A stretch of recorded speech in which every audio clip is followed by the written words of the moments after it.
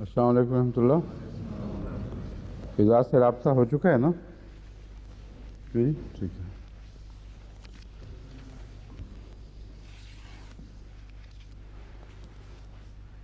اعوذ باللہ من الشیطان الرجیم. بسم اللہ الرحمن الرحیم.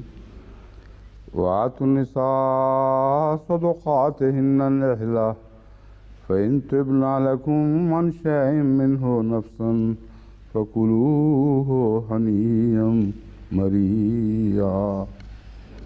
سورہ نساء آیت 5.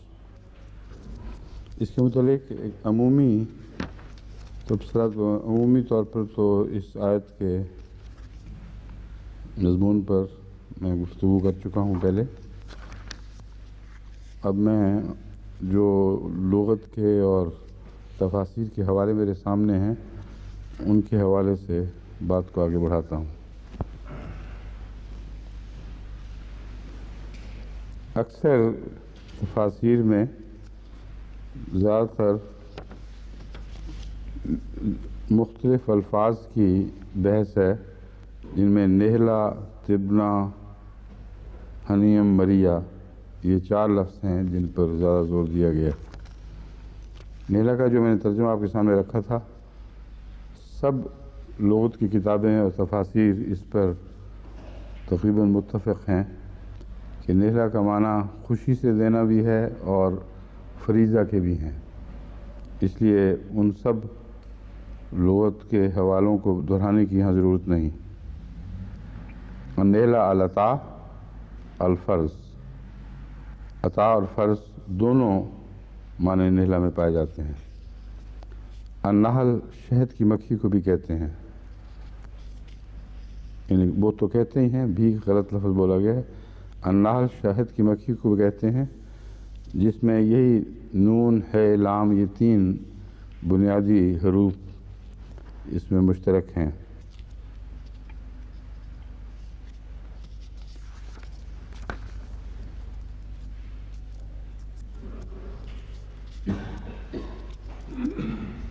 باقی سب وہی ہیں جو پہلے باتیں ہو چکی ہیں. لسان العرب نے بھی یہی مضمون بیان کیا ہے.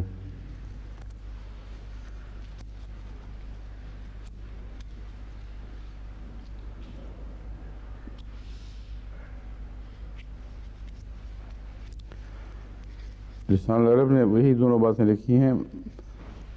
مہر کو نہلا کے طور پر دینا ان کے نزدیک ایسی بات ہے جیسے کہا جائے کہ ایسی چیز دی جائے جس کے بدلے کسی چیز کی خواہش نہ ہو.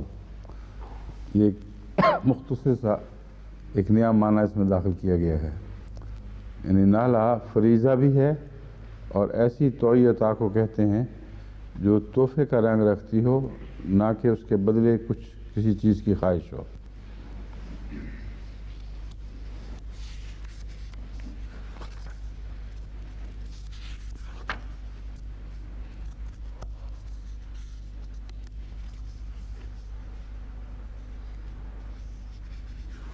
باقی سب لغت کی کتابیں اور تفاسیر اسی بحث میں الجھی ہوئی ہیں، اور ماحصل وہی ہے 2 لفظوں میں کہ نہلا عطا کو بھی کہتے ہیں اور فریضہ کو بھی. وہ مال جو بطور فرض دیا جائے اور وہ مال جو محض تحفۃً پیش کیا جائے. اب ہنیہ مریہ پر گفتگو ہوئی ہے بہت، اور یہ وہ عام معنی ہیں جو اردو میں رائج ہیں. رشتہ پشتہ، شوق سے خوشگوار طریق پر ایسا کھانا جو تمہیں مفید ہو، جس کا نگلنا آسان ہو، جو تمہارے جسم کے لیے بھی فائدہ مند ہو، روح کے لیے بھی بشاشت پیدا کرے. یہ خلاصہ یہی ہے ساری بحث کا. تمام اہل لغت نے مختلف پہلوؤں سے ہنیہ اور مریہ کی الگ الگ بحث بھی اٹھائی ہے، اکٹھی بھی. مثلا مفردات امام راغب میں لکھا ہے، ہر وہ چیز جس کے حاصل کرنے میں کوئی مشقت نہ ہو اور جس کے نتیجے میں کوئی برائی نہ ہو. یہ لفظ دراصل خوراک کے لیے بولا جاتا ہے. ہنیٌ خوشگوار کھانے کو کہتے ہیں جو بغیر تکلیف کے کھایا بھی جائے، یعنی کھانے میں کوئی دقت نہ ہو، نگلنے میں کوئی مشکل پیش نہ آئے، اور اس کے علاوہ لذیذ بھی ہو۔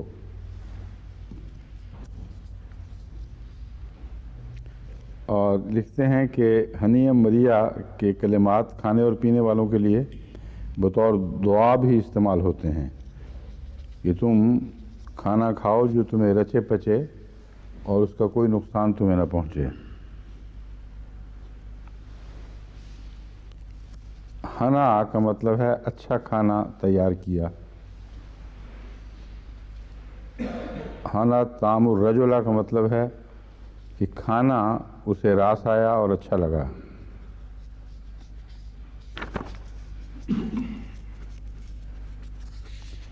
ہنا ہو کا مطلب ہے اسے کھلایا۔ ہنا طعام کھانا بگڑ گیا ہو تو اسے ٹھیک کیا جائے، اس کو کہیں گے ٹھیک کرنے کو ہنا طعام کہیں گے، اس نے کھانے کو ٹھیک ٹھاک کیا۔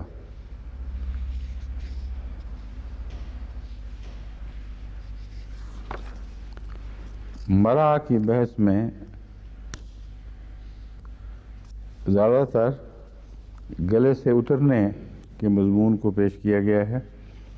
کھانا اچھا پکا ہو اور گلے سے آسانی سے اتر جائے بغیر کسی دقت کے تو مرا کا معنی ہے ساغا من غیر غصص، کہ کھانا اچھا لگا اور گلے میں پھنسا نہیں۔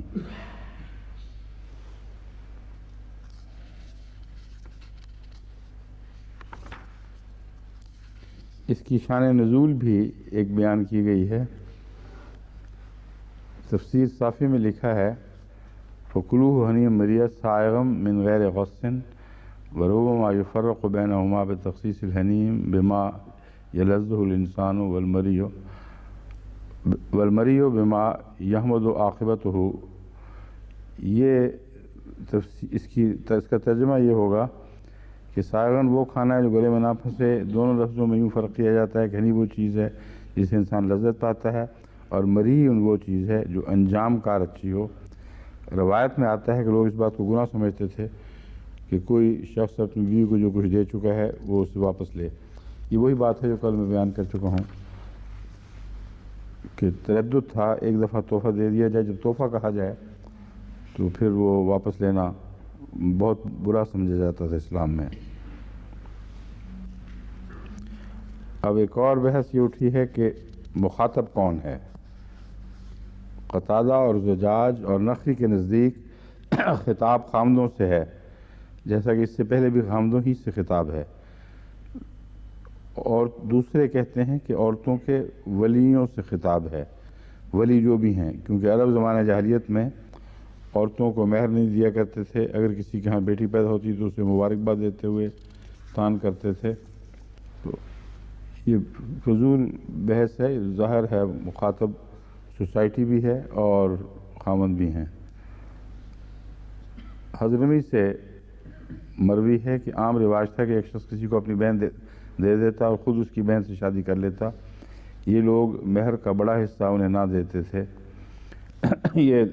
یہ بات ہمارے ملک میں آج تک رائج ہے، ہندوستان میں بھی ہے، پاکستان میں بھی، اور اس کو وٹے سٹے کی شادی کہتے ہیں، اور اس سے بہت بڑے نقصانات پہنچتے ہیں۔ حضرت صلی اللہ علیہ وآلہ وسلم نے سختی سے منع فرمایا ہے، اور یہ مہر کو بچانے کی خاطر ایک ترکیب بھی تھی۔ وہ کہتے تھے دونوں فریق ایک دوسرے کو کچھ نہ دیں، اور ایک نے اپنے گھر کی بیٹی دوسرے کو دے دی، دوسرے کے گھر کی بیٹی لے لی، اور یہ جو روح ہے کہ مہر ان کا حق ہے جن کی شادی ہو رہی ہے، یہ اس کی روح کے بالکل منافی بات ہے۔ مہر خاندانوں کا حق نہیں ہے، یہ ولی کا حق نہیں ہے، مہر اس عورت کا حق ہے۔ اسی لیے فرمایا جو وہ خوشی سے واپس کرے اس کو بے شک استعمال کرو، مگر کسی اور کا حق نہیں ہے کہ اس کی طرف سے کسی کو واپس کر دے، سوائے ایسی صورت کے بعض دفعہ ولی کو اپنے زیر کفالت یا اپنی بچیوں وغیرہ کی طرف سے ایک انکہی اجازت ہوتی ہے۔ ان کا رویہ آپس میں ایسا محبت کا ہوتا ہے کہ اور اعتماد کا کہ بسا اوقات بچیاں کہتی ہیں جو ولی ہمارا چاہے وہی فیصلہ ہمیں منظور ہے۔ ایسی صورت میں ولی کو بھی اجازت ہوتی ہے، مگر بنیادی حق ولی کا نہیں ہے، بنیادی حق عورت کا ہے، اور ولی کا اس حد تک ہے جس حد تک عورت اس حق کو ولی کی طرف منتقل کرے۔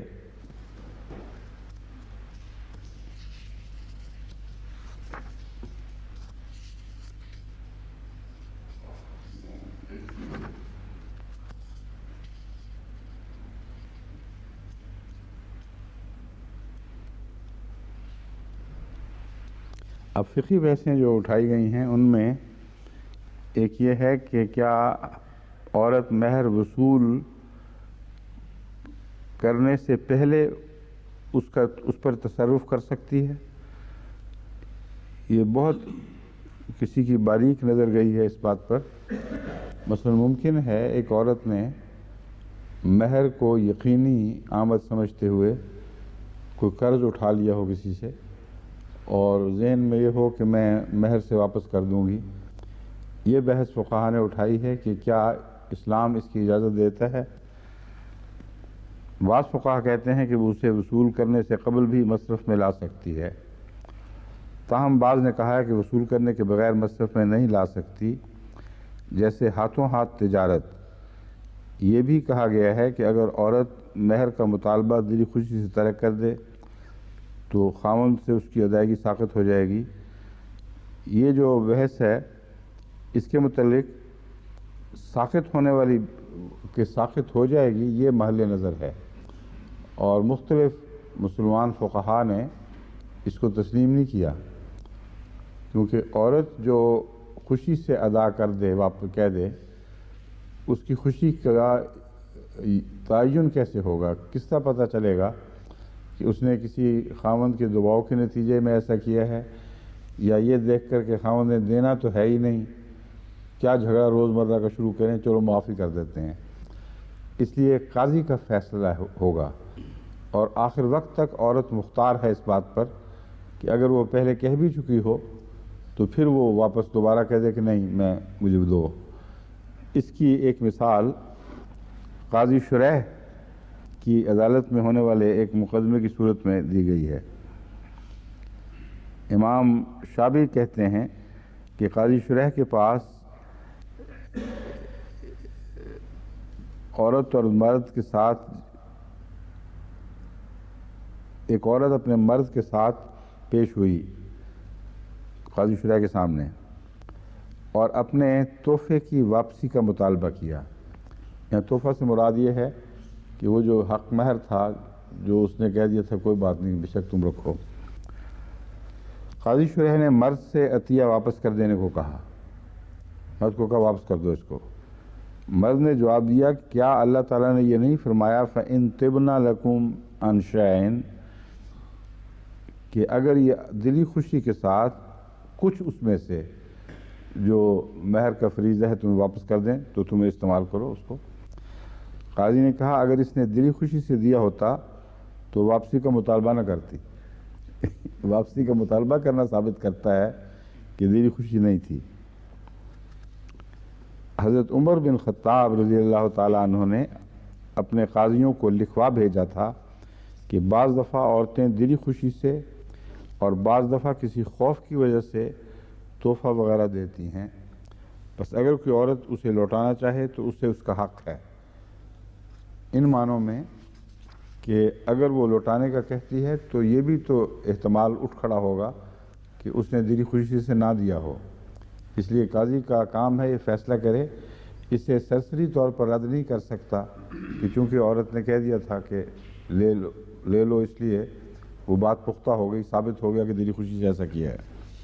حضرت خلیفۃ المسیح اول رضی اللہ تعالیٰ عنہ کے سامنے ایک دفعہ ایک احمدی مخلص بزرگ صحابی پیش ہوئے اور انہوں نے کہا کہ میری بیوی نے مجھے حق مہر معاف فرما دیا ہے، اور بڑی خوشی کا اظہار کیا۔ حضرت خلیفۃ المسیح اول رضی اللہ تعالیٰ عنہ نے پوچھا کہ آپ نے اس کو دے دیا تھا اور پھر اس نے واپس کیا ہے؟ تو انہوں نے کہا نہیں یہ نہیں، بلکہ یوں ہی باتیں ہو رہی تھیں تو انہوں نے کہا کہ میری طرف سے معاف ہے۔ تو آپ نے فرمایا کہ یہ درست طریق نہیں ہے، تم اس کو حق مہر دو پھر وہ واپس کر دے تو ٹھیک ہے. چنانچہ وہ خوشی خوشی دوڑے گئے, کہیں سے قرض اٹھایا,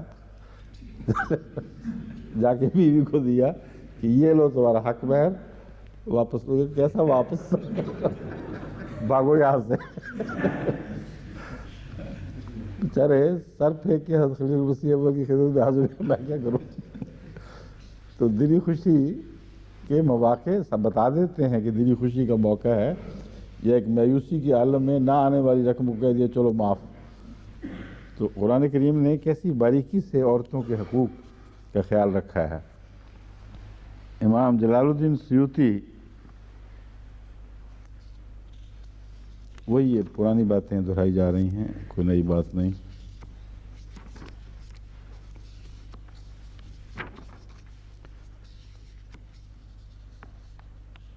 اب مہر کتنا ہونا چاہیے, یہ بحث بھی بہت فقہا نے اٹھائی ہے.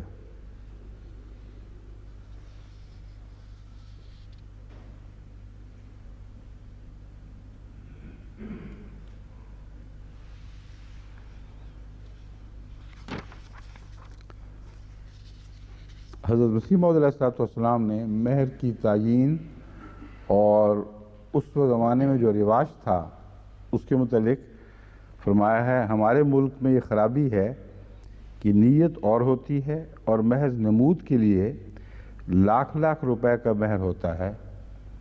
صرف ڈراوے کے لیے لکھا جایا کرتا ہے کہ مرد قابو میں رہے, اور اس سے پھر دوسرے نتائج خراب نکل سکتے ہیں. نہ عورت والوں کی نیت لینے کی ہوتی ہے اور نہ خاوند کی دینے کی. میرا مذہب یہ ہے کہ جب ایسی صورت میں تنازع آ پڑے تو جب تک اس کی نیت ثابت نہ ہو کہ ہاں رضا و رغبت سے وہ اسی قدر مہر پر آمادہ تھا جس قدر کے مقرر شدہ ہے, تب تک مقرر شدہ نہ دلایا جائے اور اس کی حیثیت اور رواج وغیرہ کو مد نظر رکھ کر پھر فیصلہ کیا جائے, کیونکہ بدنیتی کی اتباع نہ شریعت کرتی ہے اور نہ قانون. یہ بہت اہم فیصلہ ہے حضرت مسیح موعود علیہ السلام کا. اب سوال یہ پیدا ہوتا ہے کہ برضا و رغبت مرد نے دیا تھا یا نہیں. یہ ایک بالکل نیا نقطہ ہے جو اٹھایا گیا ہے, اور اس آیت کی ایک بہت ہی لطیف تفسیر ہے جس پر پہلے کبھی کسی کی نظر نہیں پڑی. نہلتاً میں مرد جو دینے والا ہے اس کی طرف بھی ضمیر جاتی ہے کہ اس نے اپنی دلی خوشی سے دیا تھا, یعنی مہر کا تقرر کسی رواج وغیرہ سے یا دکھاوے سے متاثر ہو کے نہیں, بلکہ اپنی قلبی پوری رضامندی سے اس نے ایک چیز مقرر کی تھی. یہ ہے اہم نقطہ جس کو حضرت مسیح علیہ السلام نے اٹھایا کہ وہ رواجی یا دکھاوے کے مہر جو بعض قوموں میں رائج ہو جاتے ہیں اس لیے کہ کوئی طلاق نہ دے سکے, اس لیے کہ اس پر ایک دباؤ رہے ان کے بیوی کے خاندان کا. تو جہاں بیوی کی حقوق کی حفاظت فرمائی گئی ہے کہ اس کی دلی رضامندی شامل ہو, اسی طرح خاوند کے حقوق کی بھی حفاظت فرمائی گئی ہے کہ اس کی دلی رضامندی شامل ہو. چنانچہ ایسے حق مہر فرضی بہت سے ملتے ہیں جن میں کئی لاکھ لکھوا دیا جاتا ہے اور عملاً وہ دینے کی نیت نہیں ہوتی. بعض دفعہ ایسے فرضی حد سے بڑے ہوئے مہر جب نکاح کے دوران میرے سامنے آتے ہیں تو ایسا بھی ہوا ہے کہ میں نے ان کو کہا نہیں یہ تھوڑا کرو, مناسب نہیں ہے, تمہاری حیثیت اتنی نہیں ہے, اس کے مطابق کرو تاکہ حقیقی مہر بن جائے. حضرت مسلم موعود اس ضمن میں لکھتے ہیں, میں نے مہر کی تعیین 6 ماہ سے 1 سال تک کی آمد کی ہے, یعنی مجھ سے کوئی مہر کے آگے ختم, وہ الگ آئے گی شاید. ہاں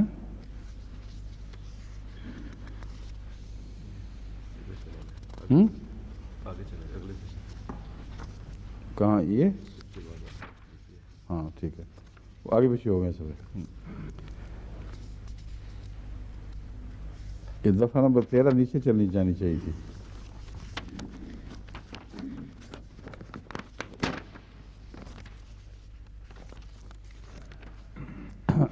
فرماتے ہیں مجھ سے کوئی مہر کے متعلق مشورہ کرے تو میں یہ مشورہ دیا کرتا ہوں کہ اپنی 6 ماہ کی آمد سے 1 سال تک کی آمد بطور مہر مقرر کرو، اور یہ مشورہ اس امر پر مبنی ہے کہ اللہ تعالیٰ نے حضرت مسیح موعود علیہ السلام سے الوصیت کے قوانین میں 10ویں حصے کی شرط رکھوائی ہے، گویا اسے بڑی قربانی قرار دیا ہے۔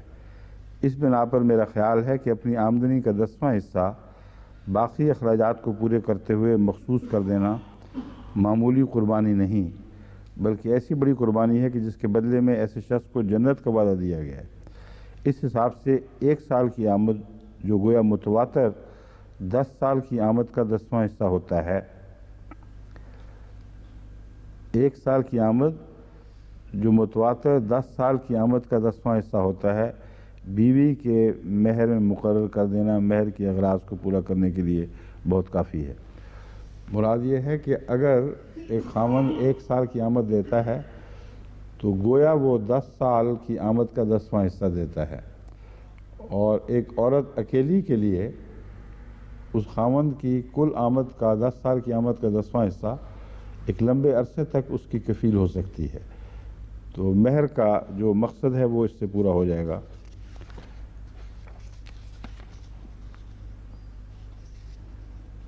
پس جماعت احمدیہ کا مسلک یہ ہے، آگے فرماتے ہیں کہ مہر نہ اتنا کم ہو کہ وہ عورت کے وقار کے منافی محسوس ہو اور شریعت کے ایک اہم حکم سے مذاق بن جائے، اور نہ اتنا زیادہ کہ اس کی ادائیگی تکلیف مالا یطاق ہو جائے۔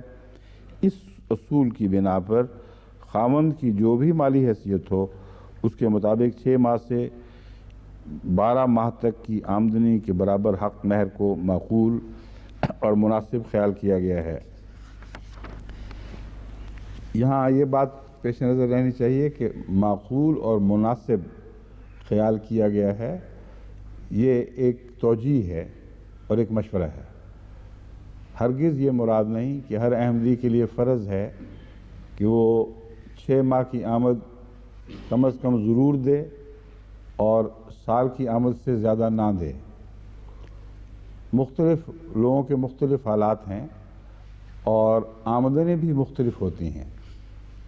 ایک آدمی جو لکھ پتی ہے یا کروڑ پتی ہے، اس کے متعلق یہ کہنا کہ وہ 6 ماہ کی آمد ضرور دے یا 1 سال کی آمد ضرور دے، یہ اس کے لیے تکلیف مالا یطاق اور بے محل بات بن جائے گی، کیونکہ شادی کے حقوق کے لحاظ سے عورت کو امیر خاوند کی ساری جائیداد کی آمد کا 1 سال کی آمد کا پورا حصے دار سمجھنا یہ مہر کے مقاصد میں مجھے نظر نہیں آتا۔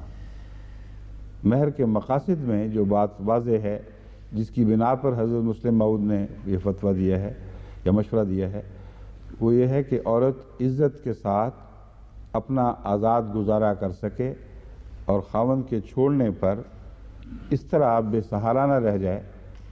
مثلا اگر اس کے ماں باپ نہیں ہیں یا ماں باپ کے حالات نہیں ہیں کہ اس کو سنبھال سکیں، ایسی صورت میں وہ یقین ہو اس کو کہ میرے پاس کچھ میری اپنی جائیداد ہے، میں شریفانہ گزارا اس پر کر سکتی ہوں۔ جہاں تک بچوں کا تعلق ہے، یہ یاد رکھنا چاہیے کہ بچوں کی ذمہ داری پھر بھی خاوند ہی پر رہے گی۔ جو بڑے ہوں گے وہ تو از خود مرضی سے جہاں جہیں رہیں اور وہ خود کفیل بھی ہیں اپنی ذات میں، لیکن ضروری نہیں کہ سب خود کفیل ہوں۔ ان کے اخراجات کی ذمہ داری عورت پر نہیں ہے، اور عورت اگر بچے اپنے پاس رکھتی بھی ہے اور قضاء حکم دیتی ہے کہ چھوٹی عمر کے بچے ہیں یہ عورت کے پاس رہنا چاہیے، تو اسلام ان کی روزمرہ کی زندگی کے اخراجات کی ذمہ داری مرد پر ڈالتا ہے۔ اس لیے 10واں حصہ جو ہے، یہ جو استنباط ہے کہ 10 سال کے لیے کافی، یہ واقعتاً صحیح اور درست منطق ہے۔ اکیلی عورت کو پورے 1 سال کی آمد مل جائے تو وہ ایسا ہی ہے جیسے 10 سال کا سارے خاندان کا خرچ ہو، کیونکہ اس نے اکیلا اپنی ذات کو سنبھالنا ہے، اس سے دوسری ذمہ داریاں اس پر عائد نہیں ہوتی۔ لیکن بہرحال یہ ایک مشورہ ہے اور اس حد تک قاضی کو فیصلہ کرنا چاہیے کہ یہ جو قاضی تو کرے گا ہی نہیں، حق مہر معین کرتے وقت یہ فیصلہ پیش نظر رہنا چاہیے کہ اس حق مہر سے، یہ مقصد پیش نظر رہنا چاہیے کہ اس حق مہر سے ایک عورت کی باعزت گزارے کی صورت پیدا ہوتی ہے کہ نہیں، اور ہم ان خاوند کی توفیق کے مطابق جو بننے والا ہے وہ حق مہر مناسب ہے کہ نہیں۔ ان دونوں باتوں کے امتزاج سے جو فیصلہ ہو وہ ضروری نہیں کہ 6 مہینے یا سال کی پابندی کرے۔ ایک امیر آدمی کی طرف سے مقرر کردہ مہر اور بن جائے گا، ایک غریب آدمی کی طرف سے مقرر کردہ مہر اور بن جائے گا، کسی کا کم سے کم 6 مہینے اور سال کی حدود اور زیادہ سے زیادہ 6 اور سال کی حدود کے اندر فکس ہو سکتا ہے۔ بعض صورتوں میں دوسرے حالات ہیں جو فیصلہ کن ثابت ہوں گے، اس لیے یہ مشورہ ہے اور اسے سختی سے شریعت کے قانون کے طور پر وارد کرنا، عائد کرنا لازم نہیں ہے، مگر حکمت شریعت کو پیش نظر رکھنا اور اس کی حفاظت کرنا یہ ہر مسلمان پر فرض ہے۔ ہر خاوند یا بننے والا خاوند اپنی توفیق کے مطابق اپنی بیوی کا اتنا مہر باندھے جتنا اس کے فرض کریں طلاق ہو جائے تو طلاق کی صورت میں اس کے باقاعدہ باعزت سفید پوش گزارے کے لیے کافی ہو۔ رچرڈ بیل اپنی کمنٹری میں صدقات کے لفظ پر تعجب کا اظہار کرتا ہے، کہتا ہے صدقات only here is usually taken as equivalent to mahar, bride price۔ اب لفظ برائٹ پرائس بھی بڑا بیہودہ سے لفظ ہے، بیوی کی قیمت، حالانکہ جو نحلہ کی پہلے بحث گزر چکی ہے اس میں یہ معنی بھی پیش نظر رکھنا چاہیے، جیسا کہ اہل لغت نے اٹھایا ہے کہ مہر اس تحفے کو کہیں گے صدقہ جو نہلہ دیا جائے۔ نہلتاً دینے کا مطلب ہے بغیر کسی بدلے کی امید کے، خالصتاً تحفے کے طور پر۔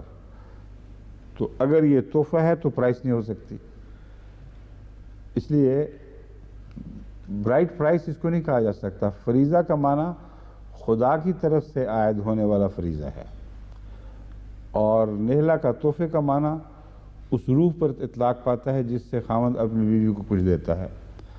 تو گویا خدا نے فرض کر دیا ہے ہر خاوند پر کہ دلی خوشی کے ساتھ بغیر کسی بدلے کی پر نظر رکھے ہوئے اپنے طور پر اس عورت کو دے دو۔ یہی وجہ ہے کہ اگر یہ بدلہ ہو تو ساری زندگی کے ساتھ کا اور ساری زندگی کے ازدواجی تعلقات کا بدلہ سمجھا جانا چاہیے، مگر امر واقعہ یہ ہے کہ ایک دن بھی شادی ہو جائے اور میاں بیوی کے تعلقات قائم ہو جائیں تو پورا حق مہر دینا پڑتا ہے۔ تو بدلہ کیسے ہو جائے گا؟ کیا ایک رات کا بدلہ ہے یا 1000 راتوں کا بدلہ ہے؟ وہ ایک کیسے ہو گیا؟ بس بدلے کا مفہوم اس کے ساتھ لگتا ہی نہیں ہے۔ مطلب یہ ہے کہ ایک عورت نے اپنے آپ کو ایک مرد کو پیش کر دیا اپنی رضامندی کے ساتھ، اپنے ولی کی رضامندی کے ساتھ، تو جواباً تم بھی ایک تحفہ پیش کرو، اور وہ تحفہ جو ہے وہ بسا اوقات اگر رخصتانہ نہ بھی ہوا ہو تو آدھا دینا پڑتا ہے۔ تو بیک وقت تحفہ بھی ہے اور فریضہ بھی۔ تحفہ خاوند کی روح کے تعلق سے، اس کے جذبات کے تعلق سے اور بیوی کے احترام کے تعلق سے، فریضہ خدا تعالیٰ کی طرف سے عائد کردہ ایک فرض کے طور پر۔ تو یہاں دونوں معنی بیک وقت اطلاق پا سکتے ہیں۔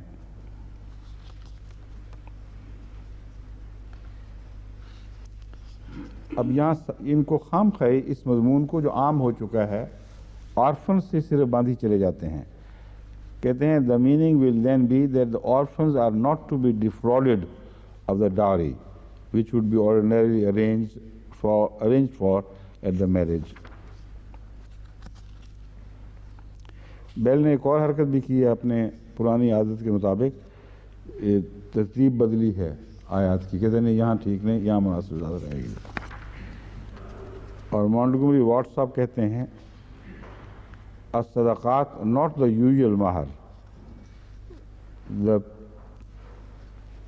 precise meaning here is thus uncertain, perhaps morning gift. وہ رواج جو یہاں انگریزوں میں 1400 سال یا 1300 سال یا اس سے بھی کچھ پہلے قائم ہوا، یہ اسلام کے ایک حکم کے ترجمے کے طور پر اس رواج کا اطلاق وہاں کرنا چاہتے ہیں۔ مارننگ گفٹ اس تحفے کو کہتے ہیں جو خاوند اپنی بیوی کو دوسری صبح کو اظہار محبت اور اظہار تعلق کے طور پر دیتا ہے۔ تو یہ مہر والی ساری آیت پڑھ کے مونٹگومری صاحب واٹ نے یہ مطلب سمجھا کہ مراد یہ ہے کہ دوسری صبح شادی کے بعد اس کو کوئی تحفہ پیش کر دو، جیسے اسکاٹ لینڈ میں کیا جاتا ہے۔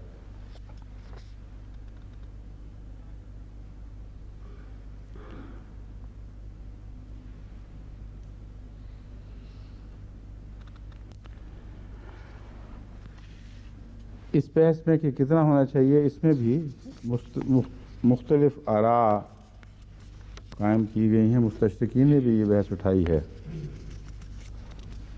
کہ کتنا ہونا چاہیے۔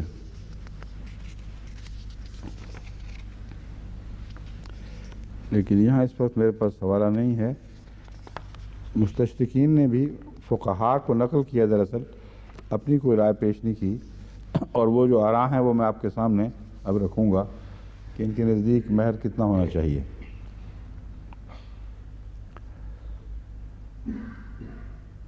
ایک اور عجیب بات ہے جو محض آپ کے تفنن طبع کے طور پر بھی اور اس غرض سے بھی کہ ہماری جو کلاسیکل فقہ کی کتابیں ہیں ان میں بعض کیسی لغو باتیں داخل ہو گئی ہیں، آپ کے علم میں لانے کے لیے ایک میں حوالہ آپ کے سامنے رکھتا ہوں۔ واقعہ یہ ہے کہ فقہ میں پرانے زمانے میں فقہاء نے حد سے تجاوز کرتے ہوئے ہر ایسے احتمال کو بھی پیش نظر رکھ لیا جو عملی زندگی میں ناممکن ہے، یا کم سے کم معلوم حالات میں انسانی زندگی کے اس کا وقوع پذیر ہونا معقول دکھائی نہیں دیتا۔ مگر چونکہ انہوں نے بطور فقیہ کے یہ کوشش کی کہ ہر کونے خطرے پر روشنی پڑ جائے، کوئی یہ نہ کہہ سکے کہ ہمیں اس فقیہ سے یہ جواب نہیں ملا، اس لیے انہوں نے ہر اس قسم کی بات داخل کر دی جو بعد کے زمانے کے آدمیوں انسانوں کے لیے اور خاص طور پر غیر مسلم اور اسکالرز کے لیے اسلام کے لیے ایک جگ ہنسائی کا موجب بنی، اور وہ حیرت سے دیکھتے ہیں کہ کیسا مذہب ہے، کیسے کیسے فتوے دے رہا ہے، حالانکہ یہ فتوے ان علماء کے دماغوں کی پیداوار ہیں۔ قرآن کریم نے اشارتاً بھی ان کا ذکر نہیں فرمایا، نہ ہی حدیث میں ان کا ذکر ملتا ہے۔ اب میرے پیش نظر اردو ترجمہ محکمہ اوقاف لاہور 1967، یہ اردو ترجمہ ہے کتاب الفقہ علی المذاہب الاربعہ، جو مشہور کتاب الفقہ ہے، جس میں 4 بڑے بڑے مسلمان فقہ کے مسالک پیش کیے گئے ہیں، مالکی، شافعی، حنفی اور حنبلی، یہ 4 بڑے مذاہب ہیں۔ ان کے ایک کتاب میں ان کے سب کے موقف پیش کیے گئے ہیں، اور محکمہ ترجمہ اوقاف نے اس کا ترجمہ کیا ہے۔ اب مہر کی بحث دیکھیں کیا کہتی ہے۔ وہ مال جو عقد نکاح کے بعد،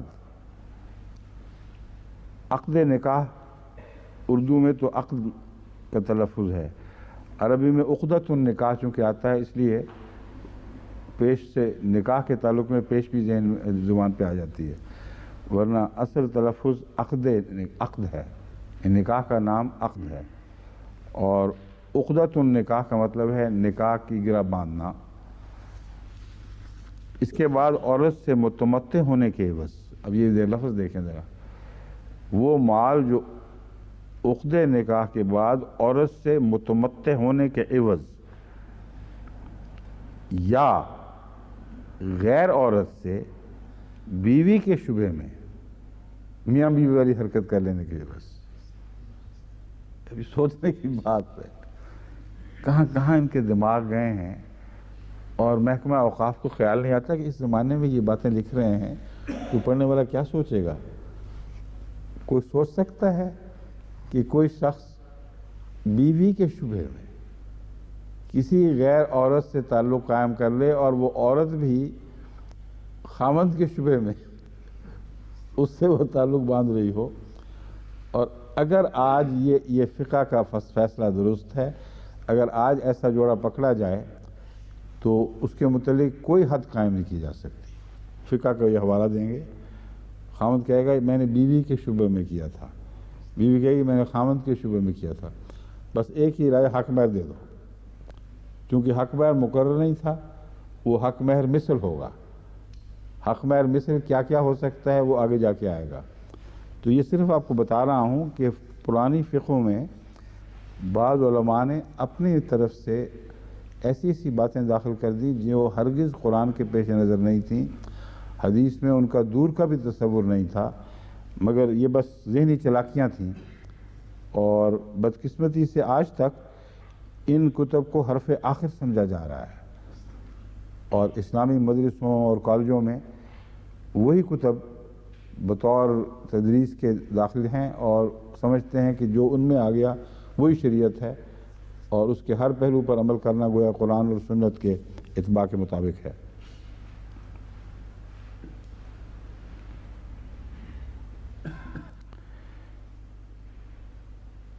اب یہ دیکھیں دماغ کہاں کہاں سے کہاں پہنچا ہے ماشاءاللہ۔ شافعیہ نے مہر میں اس مال کو بھی داخل کیا ہے جو اس شخص کا حق ہوتا ہے جو اپنی بیوی کے تعلقات سے محروم ہو گیا ہو، یعنی مہر عورت کی طرف سے مرد کو بھی ملے گا۔ وہ کس طرح؟ مثلا ایک شخص نے ننھی بچی سے عقد کر لیا اور اس شخص کی ماں نے اس بچی کو بھی دودھ پلا دیا، تو اب وہ بچی اس پر حرام ہو جائے گی اور وہ مہر مثل کی حقدار ہو۔ اچھا آگے سنیں، مہر مثل کی حقدار ہو جائے گی۔ کیسا پیشدار عقدہ ہے جو انہوں نے حل فرمایا ہے۔ ایک شخص نے ایک معصوم دودھ پیتی بچی سے نکاح کر لیا اور ابھی کوئی مہر مقرر نہیں ہوا، بعد میں پتہ چلتا ہے کہ وہ بچی اس کی دودھ کی بہن بھی ہے، کیونکہ اس کی ماں نے اس کو پلایا، اس نے اس کو پلایا، جو بھی شکل ہے دودھ کی بہن ماون۔ اب دودھ بہن سے نکاح ہو نہیں سکتا، وہ حرام ہو گئی۔ اب وہ کیا کرے؟ کہتے ہیں وہ مہر مثل کی حقدار ہوگی اب وہ، کیونکہ اس کا تو قصور کوئی نہیں، اور خاوند کو بھی اس مہر کا آدھا ملے گا۔ تو مہر بانٹا جائے گا، دے گا کون یہ نہیں پتہ چل رہا۔ کتاب الفقہ اردو ترجمہ محکمہ اوقاف لاہور۔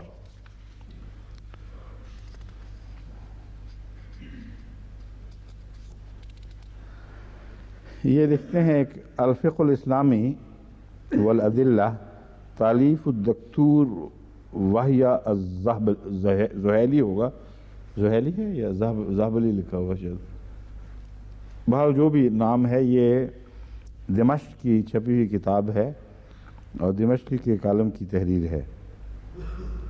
وہ لکھتے ہیں مالکیہ کے نزدیک کم سے کم مقدار مہر 1/4 دینار یا خالص چاندی کے 3 سکے ہیں۔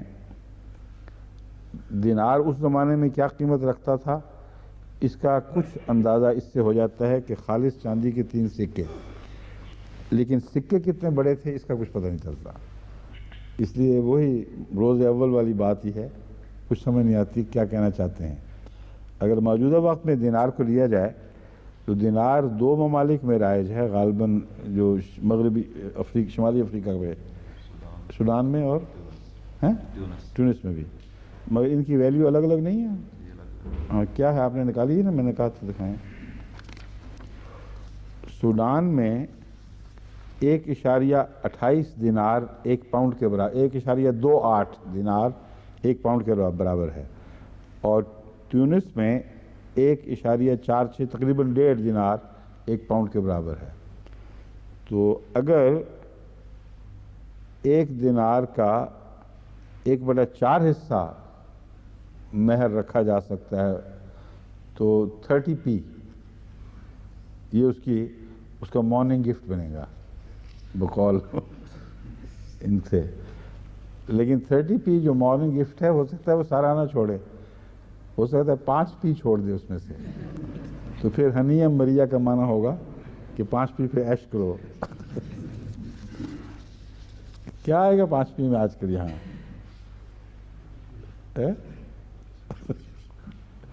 بیچارہ جیب میں بچاتا پھیرے گا بس 5p کو۔ مقدار مہر ایک تو یہ ہو گئی، دوسری ہے شافعیہ اور حنابلہ کے نزدیک کم سے کم حق مہر کوئی مقرر نہیں، ہر وہ چیز جو قابل فروخت ہو یا اس کی قیمت مقرر ہو سکتی ہے وہ مہر ہو سکتی ہے۔ دراصل ان فقہا کے جنہوں نے کہا ہے کم سے کم کوئی مہر مقدار مقرر نہیں، ان کی نظر غالباً حضرت اقدس محمد رسول اللہ صلی اللہ علیہ وسلم کے نکاحوں پر ہے، جس میں کوئی معین ایسا مہر مقرر نہیں ہوتا تھا جو ان کے لیے ایک ضامن بنے، ان کی حفاظت کرے۔ بعض فقہا نے اس کو سمجھا، اس کے مفہوم کو، اور انہوں نے کہا کہ آن حضرت صلی اللہ علیہ وآلہ وسلم کی ذات کے لیے آپ کے مرتبے کے پیش نظر کوئی مہر مقرر کرنا ضروری ہی نہیں تھا۔ اس کی وجہ یہ ہے کہ آپ اس طرح ضامن تھے ان کے، اور آپ کے بعد خدا تعالیٰ نے ان کے لیے ایسی ضمانتیں مہیا فرما دی تھیں کہ ان کو کبھی بھی بے یار و مددگار چھوڑا نہیں جا سکتا تھا۔ اس لیے حق مہر کا آن حضور صلی اللہ علیہ وسلم کے معاملے میں کوئی اطلاق نہیں پاتا، گویا وہ ایک قسم کا حق مہر مثل ہو گیا۔ اور اس کا ثبوت کہ یہ بات درست ہے وہ یہ ہے کہ جب خدا تعالیٰ نے آن حضرت صلی اللہ علیہ وسلم کو اختیار دیا کہ بیویوں کو بے شک چھوڑ دو، تو اس اختیار کے ساتھ آپ نے جو شرطیں باندھی کہ میں تمہیں خوب مال و دولت دے کر، خود کفیل بنا کر اچھے حال میں چھوڑوں گا، تو اس سے ثابت ہوتا ہے کہ وہ فقہا بالکل درست کہتے ہیں کہ آن حضور کے تعلق میں کسی حق مہر کے معین کرنے کی کوئی ضرورت نہیں تھی۔ اس لیے اس سے استنباط کرنا ایک بے تعلق استنباط ہے۔ رسول اللہ علیہ وسلم نے کچھ تھوڑا دیا یا زیادہ دیا، یہ قطعاً وہ مہر نہیں ہے جو قرآن کریم میں مذکور ہے۔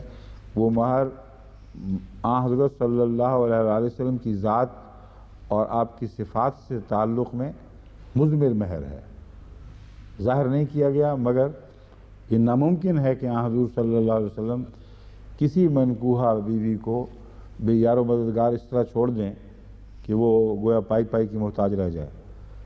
یہ مراد ہے اور یہی معقول صورت مجھے دکھائی دیتی ہے۔ باقی فقہا کی بحثیں بیچارے مجبور تھے، انہوں نے اس خیال سے کہ نعوذ باللہ اگر ہم نے فتویٰ دے دیا کہ کم سے کم مہر اتنا ہونا چاہیے تو پھر رسول اللہ صلی اللہ علیہ وسلم کے نکاح پر نہ وہ فتویٰ چلا جائے۔ حالانکہ یہ بالکل ویسی بات ہے جیسے کسی طالب علم نے رسول اللہ صلی اللہ علیہ وسلم فقہ کی کلاس میں یہ پڑھا کہ اگر کوئی بچہ کسی کے سر پہ چڑھ جائے نماز میں تو اس کی نماز ٹوٹ جائے گی۔ تو ایک طالب علم نے بیچارے نے اٹھ کے سوال کیا، تو پھر حضرت امام حسن جو رسول اور حسین رسول اللہ صلی اللہ علیہ وسلم کی نماز کی حالت میں اوپر چڑھ جایا کرتے تھے، کیا رسول اللہ صلی اللہ علیہ وسلم کی نماز ٹوٹ گئی؟ تو اب یہ جہالت والی باتیں ہیں، باتوں کو خام خواہ بے وجہ طوالت دے کر آگے تک پہنچانا۔ رسول اللہ صلی اللہ علیہ وسلم کی نماز سے یہ قطعی طور پر ثابت ہوتا ہے کہ آپ کی نماز میں انہماک خدا تعالیٰ کی ذات میں ایسا تھا کہ یہ چیزیں اس میں مخل نہیں ہوتی تھیں۔ اور فتویٰ دینے والے جب فتویٰ دیتے ہیں وہ بھی ٹھیک دیتے ہیں، ان کی مراد یہ ہے کہ عام آدمی کے سر پہ بچے چڑھ کے کھیل رہے ہوں تو اسے خدا کی کیا ہوش رہے گی، وہ بچوں کی فکر میں مبتلا ہو جائے گا۔ اس لیے وہ فتویٰ بھی اپنی جگہ درست ہے، موقع اور محل کو دیکھا جائے تو پھر فتووں کو سمجھنا آسان ہو جاتا ہے۔ مہر کی مختلف قسمیں بیان کی گئی ہیں۔ ایک ہے مہر مسمہ، وہ مہر جو بوقت نکاح یا بعد نکاح باہم رضامندی سے مقرر کیا جائے اور اعلان نکاح میں اس کا ذکر کیا جائے۔ ہمارے ہاں اب یہی رائج ہے، اور کوئی نکاح نہیں پڑھا جاتا جب تک مسمى مہر نہ ہو، معین پتہ نہ لگے اور گواہ نہ بن جائیں سب، کیونکہ بعد میں جب جھگڑے ہوتے ہیں تو پھر کئی قسم کی مشکلات پیش آتی ہیں۔ یہی بہتر اور مناسب طریق ہے آج کل کے زمانے میں کہ مہر مسمى کیا جائے۔ مالکیہ کے نزدیک وہ مہر جو خاوند بیوی کو شادی سے پہلے یا شادی کے وقت پیش کرے اس کا نام مہر مسمى ہے۔ مہر مثل وہ مہر ہے جو اگر کسی عورت کو بوقت نکاح مقرر نہ ہوا ہو تو حاکم عورت اور مرد کے حالات دیکھ کر مہر مقرر کرے۔ بس مہر پہلے مقرر ہونا بھی ضروری نہیں ہے بعض فقہا کے نزدیک، اور اگر ایسا ہو گیا ہو تو پھر اس کا علاج یہ ہے کہ قاضی فیصلہ کرے کہ دونوں کے حالات میں کون سا مناسب مہر ہونا چاہیے تھا، اور اس کی تفصیل میں وہ یہاں تک لکھتے ہیں حنفیہ کے نزدیک اس عورت کے مال، حسن و جمال، عمر، عقل اور دین کو بھی مد نظر رکھا جائے گا۔ اب یہ ساری جانچ پڑتال عدالت میں ہو تو اس بیچاری لڑکی کا کیا بنے گا؟ اس لیے یہ مہر جیسا کہ میں نے بیان کیا ہے فقہا نے اس خیال سے کہ کوئی پہلو باقی نہ رہ جائے، ان کی سوچ کہاں کہاں پہنچی ہے امکانات کی دنیا میں، یہ بھی اسی کی ایک مثال ہے۔ حنابلہ کے نزدیک مہر کی تعین کسی کے لیے اس عورت کے تمام قریبی رشتہ داروں کو کہ مہر کو مد نظر رکھا جائے۔ ایک اور جھگڑا، کہتے ہیں مرد کے نہیں، عورت کے قریبی رشتہ داروں کے مہر کو پیش نظر رکھو، سب کو۔ کوئی عورت لکھپتی کو بیائی گئی ہے، کوئی ایک غریب پاپر کو، ایک کلرک کو بیائی گئی ہے، کسی کے خاوند کی تجارت تباہ ہو چکی ہے، اور یعنی ایک ایسے شخص جس کی تجارت تباہ ہو گئی اور رشتہ پہلے سے طے تھا پھر بھی ہو جاتا ہے اس سے، مہر ہر ایک کے الگ الگ ہو گئے ہیں۔ تو حنابلہ نے تو بڑی مصیبت میں ڈال دیا دنیا کو۔ کہتے ہیں بیوی کے تمام رشتہ دار جو قریبی ہیں ان کے مہر نکالو، ان کی اوسط نکالو، ان کے حالات کا جائزہ لو، پھر مہر مثل ہوگا۔ اسے تو مہر مسمى ہی اچھا بابا، جو ہمارے ہاں رائج ہیں۔ جھگڑا ہی ختم، اعلان ہو گیا، چھٹی ہوئی۔ مالکیہ اور شافعیہ کے نزدیک صرف عورت کی بجائے عورت اور مرد دونوں کے حالات شامل ہونے چاہیے۔ یعنی بیوی کے رشتہ داروں میں کتنے کتنے مہر ہوئے تھے، خاوند کے رشتہ داروں میں کتنے کتنے مہر ہوئے تھے، ان سب کا جائزہ لینے کے بعد پھر فیصلہ ہوگا۔ سیدھی ساری بات ہے، ان کے حالات کو نہیں دیکھ لیتے دونوں کے، اس کو چھوڑ کر کہاں کہاں بیچارے پھرتے ہیں۔ اور مثل کے لفظ نے دراصل ان کو دھوکے میں ڈالا ہے۔ کہتے ہیں مثل جو لفظ ہے وہ تو ایک کھلا لفظ ہے، اور مثل بنانے کی خاطر ضروری ہے کہ گرد و پیش کی مثل کو بھی پیش نظر رکھا جائے۔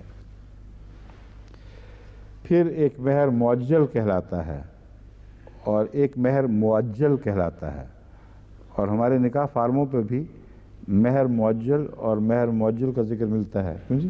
پہلے تو ہوا کرتا تھا، ابھی بھی ہے نا۔ یہ ہے کیا چیز، دستخط کرنے سے پہلے سمجھ لیں اچھی طرح۔ ڈاکٹر صاحب بڑا ہنسے ہیں، آپ کو تو لیٹ ہو چکا ہے، آپ پہ اطلاق نہیں پائے گا، فکر نہ کریں۔ یہ نوجوان جیسے ہمارے ٹیلی ویژن کی تصویریں کھینچ رہے ہیں نا، مثلا جس طرح مومی، اور ان کا کیا نام ہے؟ خالد۔ ہاں خالد، آپ غور سے سن لیں۔ معجل کیا ہوتا ہے اور معجل کیا ہوتا ہے؟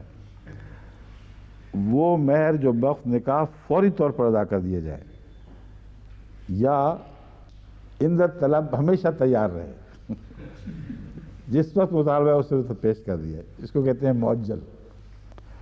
اور وہ جو مہر جو طلاق یا زوجین میں سے کسی کی وفات پر قابل ادا ہو وہ معجل ہے۔ یہ اجل مدت کو کہتے ہیں، اجل سے نکلا ہے، اور وہ اجلت جلدی کو کہتے ہیں۔ پہلا جو ہے لفظ وہ معجل ہے عین کے ساتھ، اور یہ لکھوا لینا چاہیے معجل یا معجل، کیونکہ ہمارے یہاں کی جو نسل ہے یہ تو معجل کو بھی معجل ہی پڑھتے ہیں، معجل کو بھی معجل ہی پڑھتے ہیں۔ تو یہ نہ ہو کہ وہ کہ میں نے معجل کہا تھا، وہ کہ میں نے معجل سمجھا تھا، اس لیے یہ باتیں تحریر میں آ جائیں تو بہتر ہوتا ہے۔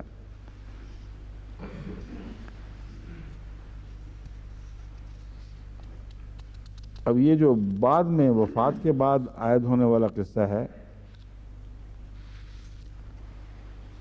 کہتے ہیں اگر کوئی مرد کہے کہ میں مر جاؤں تو جو کچھ میرا ہے وہ تمہارا ہو جائے گا، عورت کہے جو میں مر جاؤں تو جو کچھ میرا ہے وہ تمہارا ہو جائے گا، تو یہ بھی گویا ایک قسم کا مہر معجل ہو جائے گا، یعنی تاریخ میں بعد میں آنے والا واقعہ۔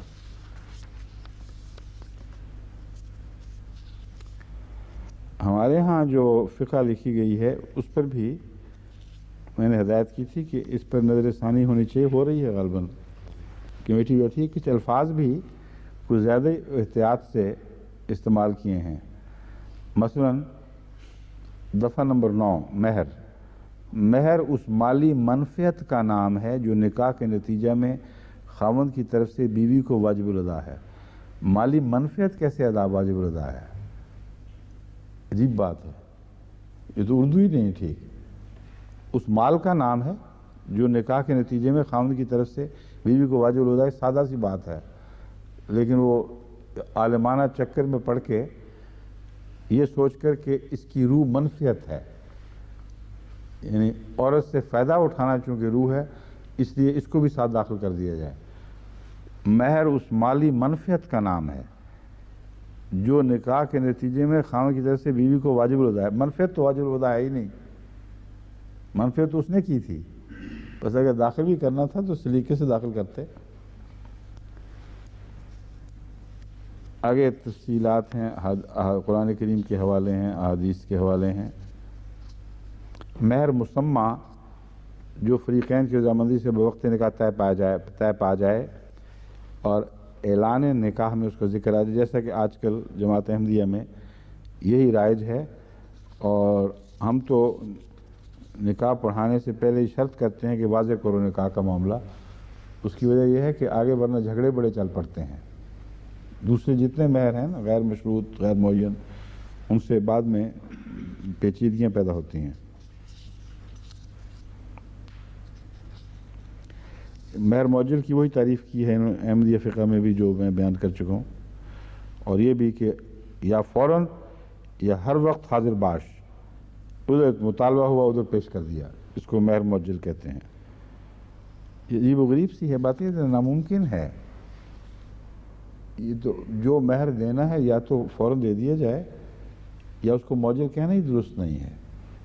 اس کی وجہ یہ ہے کہ خاوند کے حالات بدل سکتے ہیں، اور اگر فوری مطالبہ نہ ہوا ہو، مثلا 1 لاکھ کا مہر اس وقت جب کہ شادی ہوئی ہے وہ مناسب اور جائز تھا، اور بعد میں اس خاوند کا دیوالیہ پٹ گیا ہے، اس عرصے تک عورت خاموش رہی ہے، پھر وہ مطالبہ کرتی ہے کہ اب فوراً دے دو، تو اس نے کوئی 1 لاکھ روپیہ بچا کے کسی تجوری میں تو نہیں رکھا ہوا۔ اس لیے یہ ساری باتیں وہمی یا فرضی باتیں ہیں، حقیقت کے ساتھ فیصلے ہونے چاہیے۔ معجل وہی مہر ہے جو ادا کر دیا جائے اور بات ختم ہو، اور جو نہیں ادا ہوا وہ غیر معین اور معجل ہے، نہ کہ معین معجل۔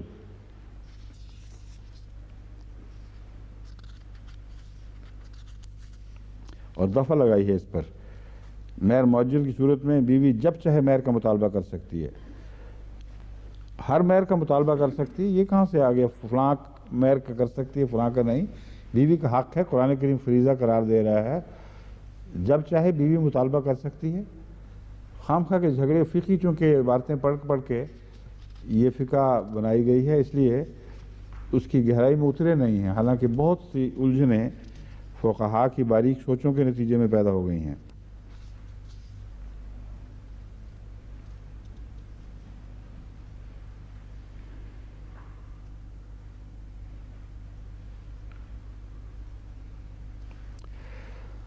باقی یہاں بھی بہت باریکیاں نکالی ڈالی گئی ہیں۔ اگر نکاح کے وقت مہر مقرر نہ ہوا ہو اور قبل از رخصتانہ طلاق ہو جائے یا خاوند فوت ہو جائے تو پھر مہر مثل کا نصف یا پورا مہر مثل ادا کرنا واجب نہیں، حسب استطاعت مناسب تحائف دے کر عورت کو رخصت کیا جا سکتا ہے۔ جو رخصت کہاں کریں گے اس بیچاری کو جو رخصت ہوئی نہیں؟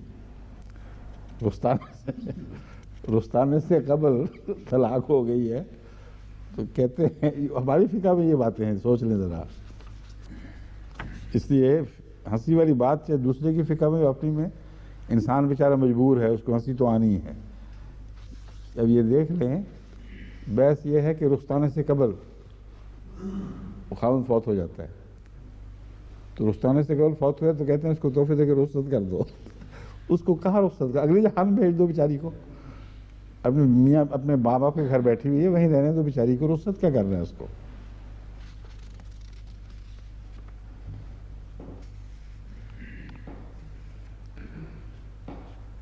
ہدایہ کا حوالہ دے کر یہ لکھتے ہیں دفعہ نمبر 12، معاہدہ نکاح میں مہر کی عدم تعین کی صورت میں بوقت تنازع قاضی جو مہر فریقین کی حیثیت کے مطابق متعین کرے وہ مہر مثل ہے.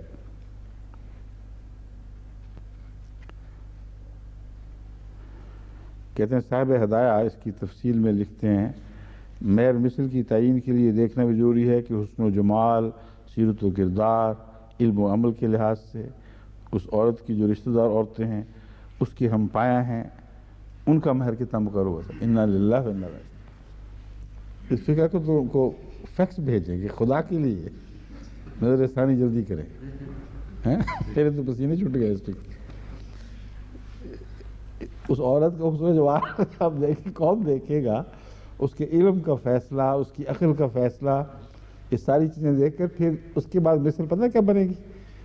ویسی ہی اس سے ملتی جلتی عورت اس کے خاندان میں اگر بیاہی گئی تھی تو اس کا مہر کتنا تھا، وہ پتہ کر لو، مسئلہ حل ہو گیا، چلو چھٹی. عجیب و غریب باتیں ہیں، ان کو خدا کے لیے ان کو عقل کے مطابق درست کریں، کیونکہ یہ تو خام خجا کسائی والی بات ہے. اچھا جی، مہر پہ کافی نہیں ہوگی بات. یہ جو حق مہر ہے یہ پرانا رواج ہے، پیدائش میں بھی اس کا ذکر ہے، جینیسس میں، خزات ججز میں بھی اس کا ذکر ہے، اور عہد نامہ قدیم میں کثرت سے حوالے ملتے ہیں. انہیں پڑھ کر پورا تفصیل سے اب یہاں بیان کرنے کی ضرورت نہیں، مگر غالباً یہ کوئی مبحث ہی نہیں ہے. سب اہل کتاب مانتے ہیں کہ مہر کا ایک طریق بائبل کی طرف سے رائج شدہ تھا، جو فریضے کے طور پر جاری تھا، اور اسلام کو بھی چونکہ اسی خدا نے تعلیم دی ہے جس نے موسیٰ کو دی تھی، اس لیے یہ ایک بنیادی انسانی حق کے طور پر سمجھا گیا ہے کہ ہر شادی پر عورت کا حق ہے کہ اسے کچھ ایسے تحائف پیش کیے جائیں جو بس اس صورت میں کہ اسے چھوڑا جائے اس کے کام آ سکیں. اور صرف یہ نہیں بلکہ اپنی زندگی میں اس وقت بھی جبکہ خاوند زندہ ہے، طلاق نہیں ہوئی، اس وقت کی ضرورتیں بھی پوری کرنی ہوتی ہیں. اب عورت بعض دفعہ اپنی ضروریات کے لیے بات میں خاوند کے سامنے ہاتھ پھیلاتی ہے، یہ مناسب نہیں.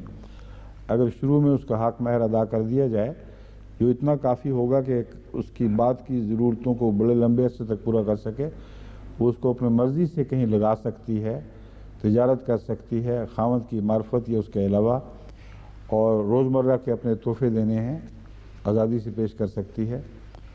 بعض بچے باپ سے زیادہ ماؤں سے مانگتے ہیں، ان کے پاس کچھ ہوگا تو دیں گی بیچاریاں. اس لیے اس جو رواج ہے کہ جلد دیا جائے، انہیں رواج نہیں ہے، جو اس کو قائم کرنا چاہیے. موت کا انتظار یا طلاق کا انتظار نہ کیا جائے، بلکہ احمدیوں میں یہ بات رائج کرنی چاہیے کہ جلد از جلد جس حد تک ممکن ہے وہ مہر دے دیا جائے.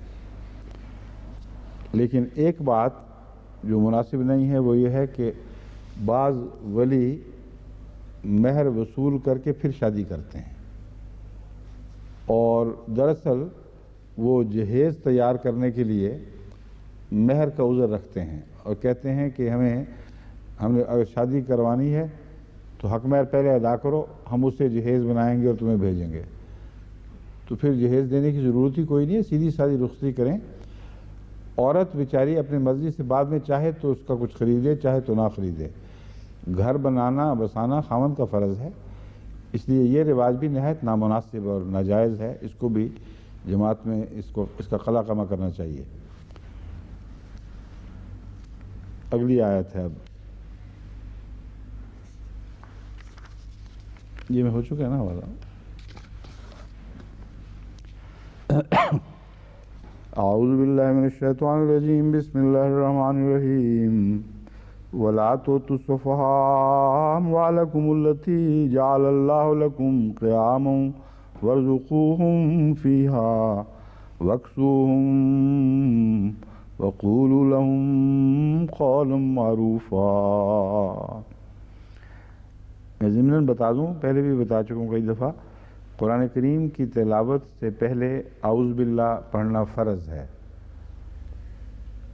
بسم اللہ بالعموم اس وقت پڑھی جاتی ہے جب سورت کے آغاز سے تلاوت ہو، کیونکہ اس کی پہلی آیت بسم اللہ الرحمن الرحیم ہے۔ اس لیے بسا اوقات لوگ، اور حضرت مسلم موعود کا بھی یہی طریق تھا، بسم اللہ الرحمن الرحیم اس صورت میں نہیں پڑھتے تھے جب کسی صورت کے بیچ سے کوئی آیت پڑھی جائے۔ اعوذ باللہ پڑھی اور بسم اللہ۔ میں جو پڑھتا ہوں اس لیے کہ میں اسے ناجائز نہیں سمجھتا، اور میرے نزدیک تبرک کے لیے ایک اچھی چیز ہے، کیونکہ آن حضرت صلی اللہ علیہ وسلم نے فرمایا ہے کہ ہر کام سے پہلے بسم اللہ پڑھو۔ تو وہ اور معنوں میں ہے، یعنی ضروری نہیں کہ ہر صورت سے پہلے پڑھو، وہ تو اس کا حصہ ہے، پڑھنی ہی ہے، لیکن ہر کام سے پہلے اگر بسم اللہ پڑھ لی جائے تو یہ کوئی ناجائز تصرف نہیں ہے۔ اس لیے میں تبرکاً بیچ میں جب بسم اللہ پڑھتا ہوں تو ہرگز یہ مراد نہیں کہ یہ بسم اللہ سورت کے آغاز کی طرف اشارہ کر رہی ہے، بلکہ ہر بات سے پہلے بسم اللہ عادتاً پڑھ لی جائے تو میرے نزدیک کوئی مذاکرہ نہیں۔ بہرحال یہاں اعوذ باللہ کے بعد اگر صرف یہ آیت پڑھتا وَلَا تُؤْتُوا السُّفَهَاءَ تو یہ جائز تھا، بلکہ اکثر علماء مسلمان مختلف فرقوں کے یہی طریقے اختیار کرتے ہیں کہ بیچ میں سے اگر آیت پڑھیں تو بسم اللہ نہیں پڑھتے۔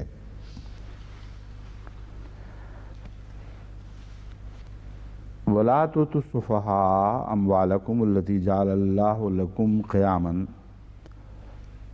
اور ناسمجھوں کو اپنے مال جنہیں اللہ تعالیٰ نے تمہارے لیے سہارا بنایا ہے نہ دو،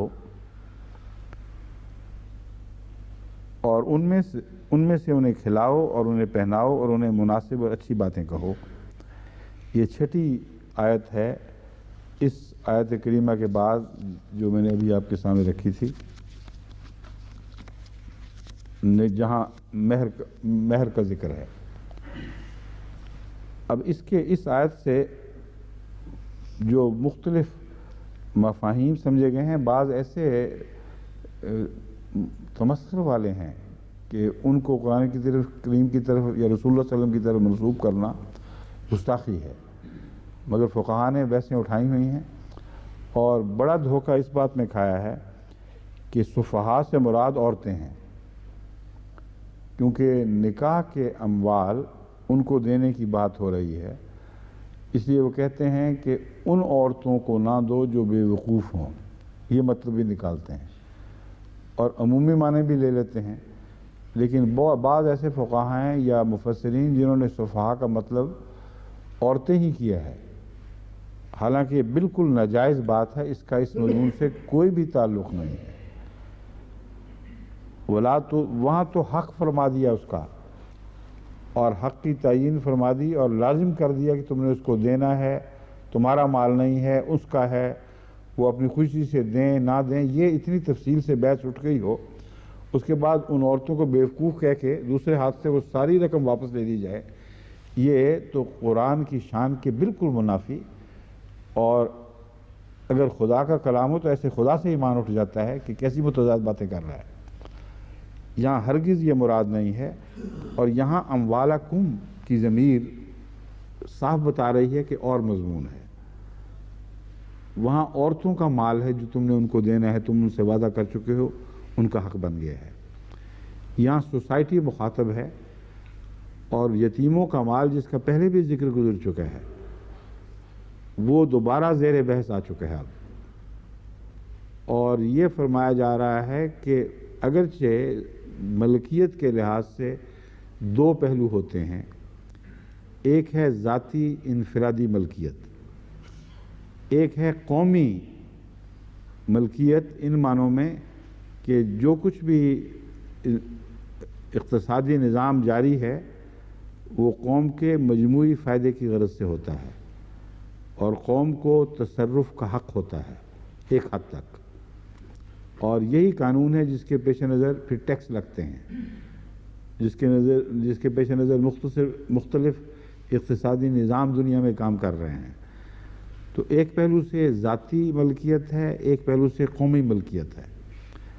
تو فرمایا کہ جب ہم تمہیں کہتے ہیں کہ یتامہ کو ان کے اموال دو، ان کے حقوق دو، ان کو تم نہ کھاؤ، یا عورتوں کو بھی ان کے حقوق دو، ایک عمومی جس کا حق بنتا ہے ذاتی اس کو دو، اس سے یہ مراد نہیں ہے کہ اگر کوئی ایسا شخص جو حقدار ہو مگر ذہنی لحاظ سے استعداد نہ رکھتا ہو کہ اپنے مال پر اپنے حق میں جائز تصرف کر سکے، تو ایسے شخص کو مال دینا اس کے مفاد کے بھی خلاف ہے اور قومی مفاد کے بھی خلاف ہے۔ ایسی صورت میں اقتصادیات تباہ ہو سکتی ہیں۔ اگر چھوٹے چھوٹے بچوں کے سپرد مثلا یتامہ ہیں تو ایک موقع پر تو کثرت سے یتامہ آ سکتے ہیں، چھوٹے چھوٹے بچوں کے سپرد ان کے مال دے دیے جائیں اور ادھر سے کوئی آئے دھوکہ دے کر کوئی مال لے کے چلا جائے، کوئی ادھر سے آئے دھوکہ دے کر کچھ لے کے چلا جائے، تو نظام اقتصادیات میں افراتفری پڑ سکتی ہے۔ پاگلوں کے سپرد کر دیا اور ان سے لے لیا، اس سے بددیانتی بھی پھیلے گی اور قومی اموال کی حفاظت نہیں رہ ہو سکتی ایسی صورت میں۔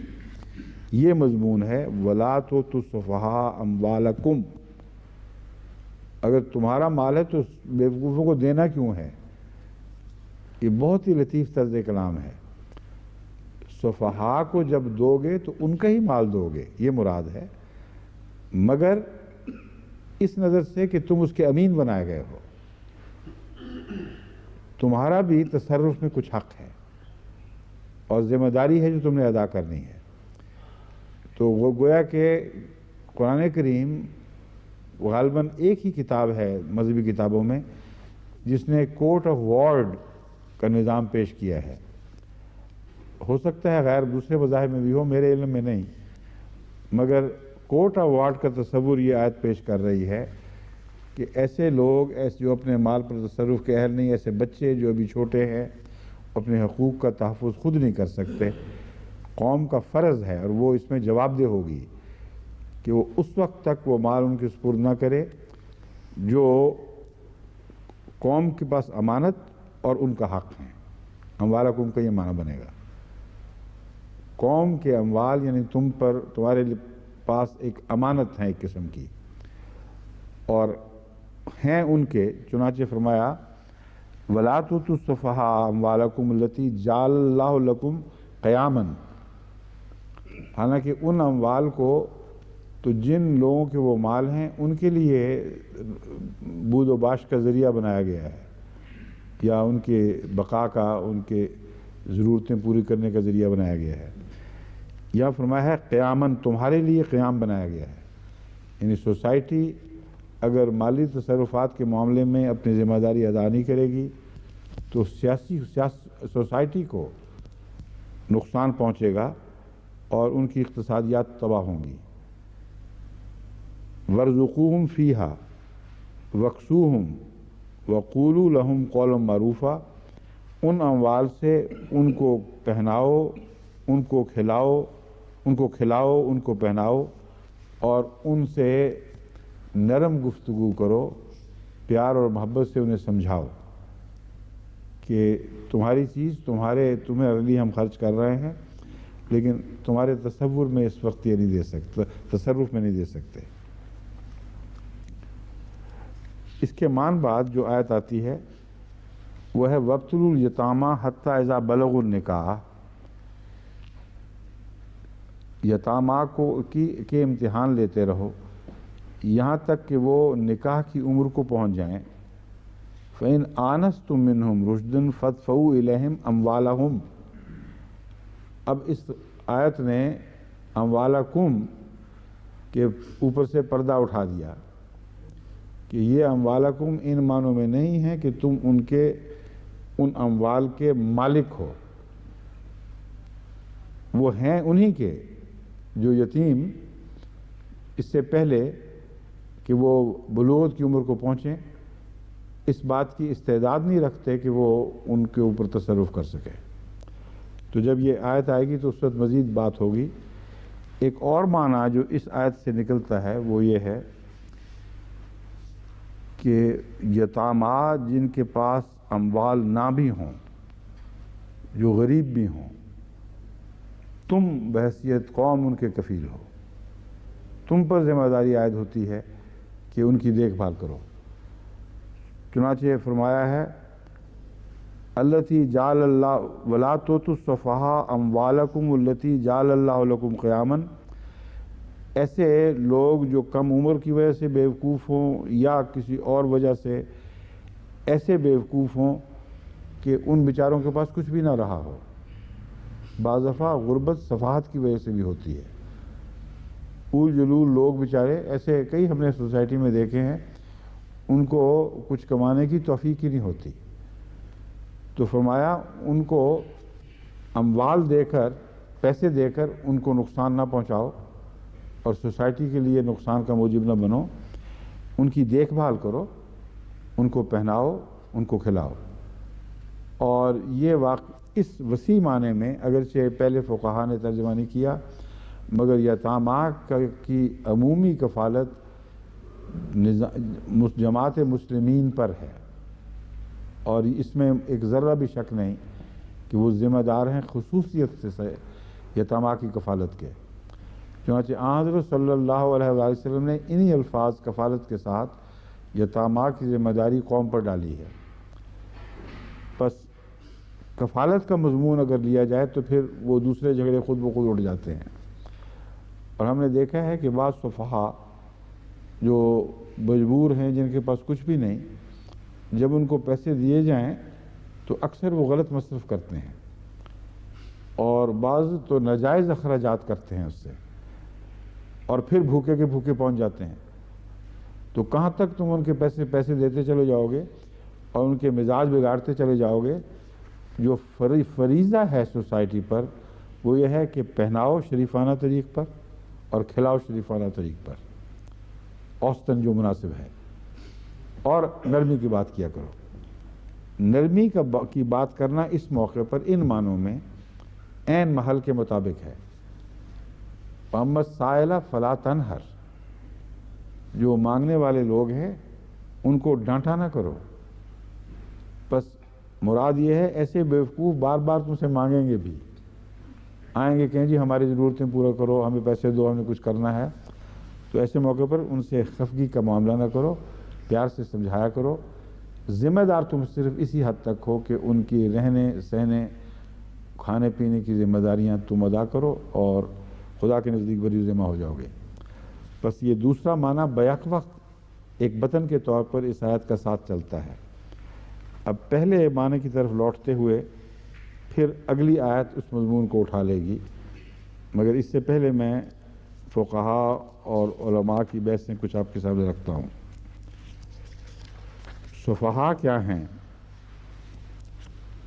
صفحہ یصفح صفحاً و صفاحتاً و صفاحاً کا مطلب ہے خفا و طاشا و جہلا، یعنی ہلکا ہوا، بے وقوفی دکھائی، جہالت کا کام کیا،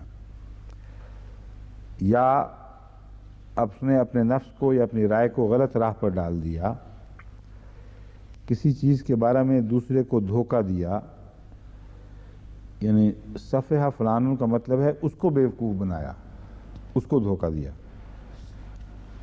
الصافح الاحمق، السفیہ من یبذر ما لہ فی ما لا ینبغی، یعنی وہ شخص جو اپنے مال کو ناجائز جگہوں پر خرچ کر لے، جیسا کہ میں نے مثال دی تھی، بعض ایسے سفیہ ہیں جو مانگتے ہیں، لوگ رحم کے طور پر دے دیتے ہیں، وہیں جا کے وہ کسی غلط کام پہ خرچ کر دیتے ہیں۔ بہت سے یہاں مانگنے والے ہیں جو نشے کی خاطر مانگتے ہیں۔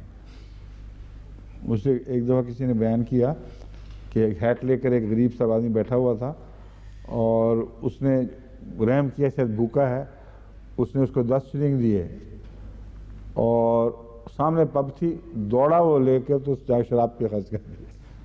تو میں نے کہا میں نے تو کسی اور مقصد کے لیے دیا تھا، یہ ناجائز کام پر خرچ کر گیا ہے۔ تو صفحہ کا مطلب بھی یہ ہے کہ ناجائز خرچ کرنا۔ تو ان معنوں میں یہ مضمون بالکل ایک دوسرے کے ساتھ مطابقت رکھتا ہے۔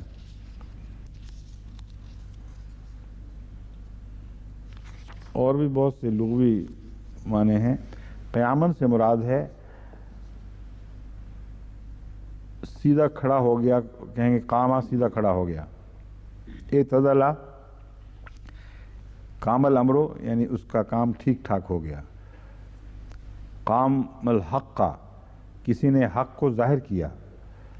قام علی الامر دام و ثبتا کسی کام پر ثابت رہا، قائم رہا۔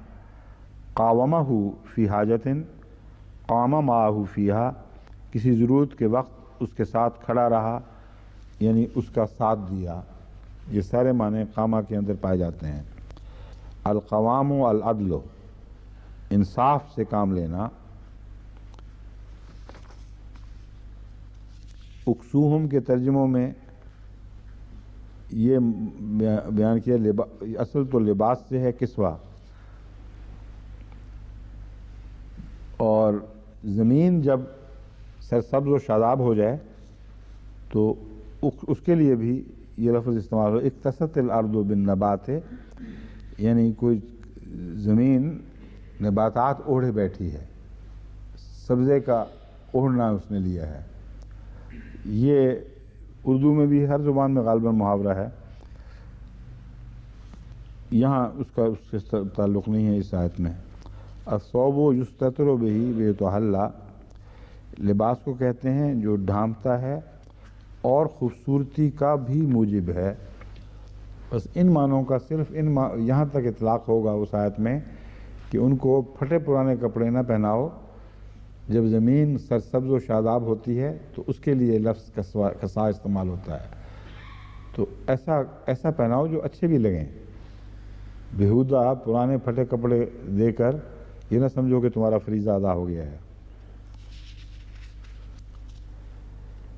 اور تفسیر فتح البیان جزء ثانی میں لکھا ہے کہ یہ آیت کا گویا کہ شان نزول بس اتنی سی ہے کہ حضرمی سے مروی ہے کہ ایک شخص نے درد مند ہوا، اس نے اپنا مال اپنی بیوی کو دیا، اس نے ناحق خرچ کر دیا، تب اللہ نے آیت نازل فرمائی۔ اب جہاں شان نزول کی تلاش کرتے ہیں وہاں اتنے وسیع معنی کی آیت کو کتنے حد تک محدود کر دیتے ہیں۔ اور جہاں تک صفحاء کا مضمون ہے اس کے متعلق تو ایسا سفیہانہ رویہ اختیار کیا گیا ہے کہ ظلم ہے۔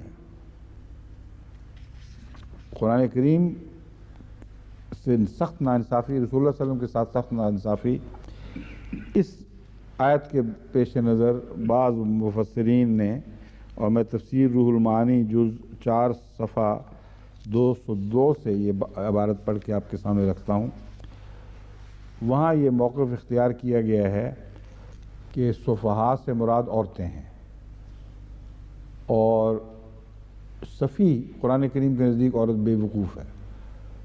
اگر اس مسلک کو مانا جائے نعوذ باللہ من ذالک، تو پھر حق مہر ادا کرنا، حقوق دینا، خوشی سے رخصت کرنا، اور جتنا باندھا ہوا ہے اس سے بھی زیادہ دینا، یہ سارا مضمون کا لازم ہو گیا، کیونکہ بیوقوف کو نہیں دینا، صرف اس کو کپڑے پہناؤ، اس کو روٹی کھلاؤ۔ اور بعض ظالم اپنی بیویوں سے یہی سلوک کرتے ہیں، ان کے ہاتھ میں کچھ نہیں دیتے، خود سودا لے کے آتے ہیں، یہاں تک کہ ان کے عورتوں والے کپڑے بھی خود خرید کے دیتے ہیں، کہتے ہیں ہم تمہاری ضرورت پوری کر رہے ہیں۔ تو وہ عورتیں صفحاء نہیں ہیں، وہ مرد صفحاء ہیں، کیونکہ عورت کو عزت کے ساتھ رکھنا، اس کی ضروریات کے لیے اس کو ہدایت دینا، اور جہاں تک تحقیق آپ کر کے دیکھ لیں انہوں نے حق مہر بھی ان کو نہیں دیا ہوگا۔ حق مہر بھی دے دیتے تو شاید اس کی بیچاری کا اپنا الگ گزارا چل جاتا۔ تو یہ جو لفظ ہے صفحاء، یہ ان عورتوں پر ہرگز اطلاق نہیں پاتا جن پر، یعنی سب عورتوں پر جن پر بعض لوگوں نے اطلاق کرنے کی کوشش کی ہے، ان مردوں پر ضرور اطلاق پاتا ہے جو اس کے یہ معنی کر کے قرآن کریم کو ایک تمسخر کا نشانہ بناتے ہیں۔ سب سے پہلے الصفحاء کا لفظ سورہ بقرہ کے شروع میں ہی موجود ہے، صاف پتہ چلتا ہے، اس مضمون کو پڑھ لیں کہ صفحاء کون لوگ ہیں۔ وہ جو دین کے معاملے میں بیوقوفوں والے مسلک اختیار کرتے ہیں اور اللہ تعالیٰ منافقت کا رنگ اختیار کرتے ہیں، مسلمانوں کو بیوقوف سمجھتے ہیں۔ اللہ انہم ہم الصفحاء ولکن لا یعلمون، اللہ فرماتا ہے یہ خود بیوقوف لوگ ہیں۔ یہ بیوقوف کا جو عام مفہوم ہے انہی معنوں میں یہاں استعمال ہوا ہے، اور سفیہہ کے طور پر ہرگز نہیں ہوا۔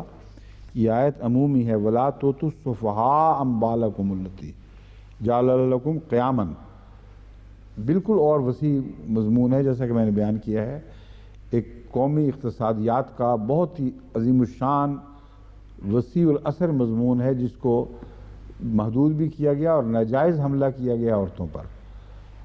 اور عورتوں پر اس حملے میں جو سب سے بڑا ظلم ہے، حدیثیں ایجاد کر لی گئی ہیں۔ ایسی حدیثیں ایجاد ہوئی ہیں جو اپنی ذات میں گواہ ہیں کہ جھوٹی ہیں۔ ناممکن ہے کہ حضرت صلی اللہ علیہ وآلہ وسلم نے ایسی باتیں فرمائی ہوں، پھر بھی ہماری تفسیروں کی کتابوں میں راہ پا گئی ہیں۔ تو چونکہ بعض لوگ صرف رسمی طور پر دیکھتے ہیں یہ روایت فلاں تفسیر میں ہے، فلاں راوی نے بیان کی، فلاں صحابی تک پہنچی، درست ہو گئی، بالکل غلط بات ہے۔ شان محمد مصطفیٰ صلی اللہ علیہ وسلم کے خلاف کوئی حدیث قبول نہیں کی جائے گی، ناممکن ہے، کیونکہ محمد مصطفیٰ کی شخصیت ہر شخص سے پاک ہے، اور لا ریب فیہ میں جیسے قرآن کریم ہر شخص سے پاک ہے، اس طرح قرآن کریم کے خلاف بھی، قرآنی مزاج کے خلاف کوئی بات قبول نہیں کی جائے گی، کیونکہ محمد رسول اللہ علیہ وسلم قرآن کا ایک زندہ مسلک تھے۔ قرآن گویا آپ کی ذات میں ڈھل گیا تھا، اس لیے آپ کی ذات بھی ریب سے پاک ہے۔ ہر بات جو ریب والی ہے اور رسول اللہ علیہ وسلم کی طرف منسوب کی جاتی ہے لازماً جھوٹ ہے۔ اب میں حدیث آپ کے سامنے پڑھ کے سناتا ہوں۔ ایک کہانی بنائی ہے کسی بات کے آدمی نے، اور بعض لوگوں کے دماغ میں یہ اس قسم کا فطور ہوا کرتا تھا کہ کہانیاں بنا بنا کے رسول اللہ علیہ وسلم کی طرف جڑ دیتے تھے، اور جو بہت بڑا گناہ ہے۔ حضور نے فرمایا ہے کہ جو میری طرف بات منسوب کرتا ہے جو میں نے نہیں کہی، وہ جہنم میں اپنی جگہ بناتا ہے۔ مگر مفسرین نے صرف یہ دیکھا ہے کہ سند کے لحاظ سے جڑتی ہے کہ نہیں، اور درایت پر بہت کم غور کیا ہے۔ اب یہ اس کی مثال ہے۔ حضرت انس بن مالک سے روایت ہے، یعنی یہ وہ روایت جو میں بیان کر رہا ہوں فرضی روایت، کہ ایک سیاہ رنگ کی باتونی عورت رسول اللہ صلی اللہ علیہ وسلم کی خدمت میں حاضر ہوئی۔ اس کا نام بھی نہیں لکھا تاکہ پکڑا نہ جائے کہ کون تھا۔ وہ عورتیں جو معروف تھیں ان کے متعلق تو صاف پتہ چل جائے گا کہ انہوں نے بات نہیں کہی ہوگی، اور جو نقشہ بھی بڑا بھیانک ہوا کہ ڈین اتری ہے اچانک کہیں سے۔ ایک سیاہ رنگ کی باتونی عورت رسول اللہ صلی اللہ علیہ وسلم کی خدمت میں حاضر ہوئی، کہنے لگی میرے ماں باپ آپ پر فدا ہوں۔ یعنی اخلاص کا یہ عالم تھا۔ اب کبھی تو ہمارے بارے میں کوئی اچھی بات کر لیا کریں، جب بھی بولتے ہیں عورتوں کے خلاف بولتے ہیں۔ یعنی کوئی مسلمان صحابیہ کہہ سکتی ہے رسول اللہ صلی اللہ علیہ وسلم کے بات جس کا ذرہ ذرہ رسول اللہ صلی اللہ علیہ وسلم کے احسانات میں تل دبا ہو، جنہوں نے ان کو نئی زندگی بخشی ہو، نئے حقوق عطا کیے ہوں۔ یہ فکرہ پڑھتے ہی اس حدیث کو ردی کی ٹوکری میں پھینک دینا چاہیے تھے، حدیث ہے ہی نہیں ہے۔ اب بات اس کی بدتمیزی اور گستاخی کا حال ہم دیکھیں۔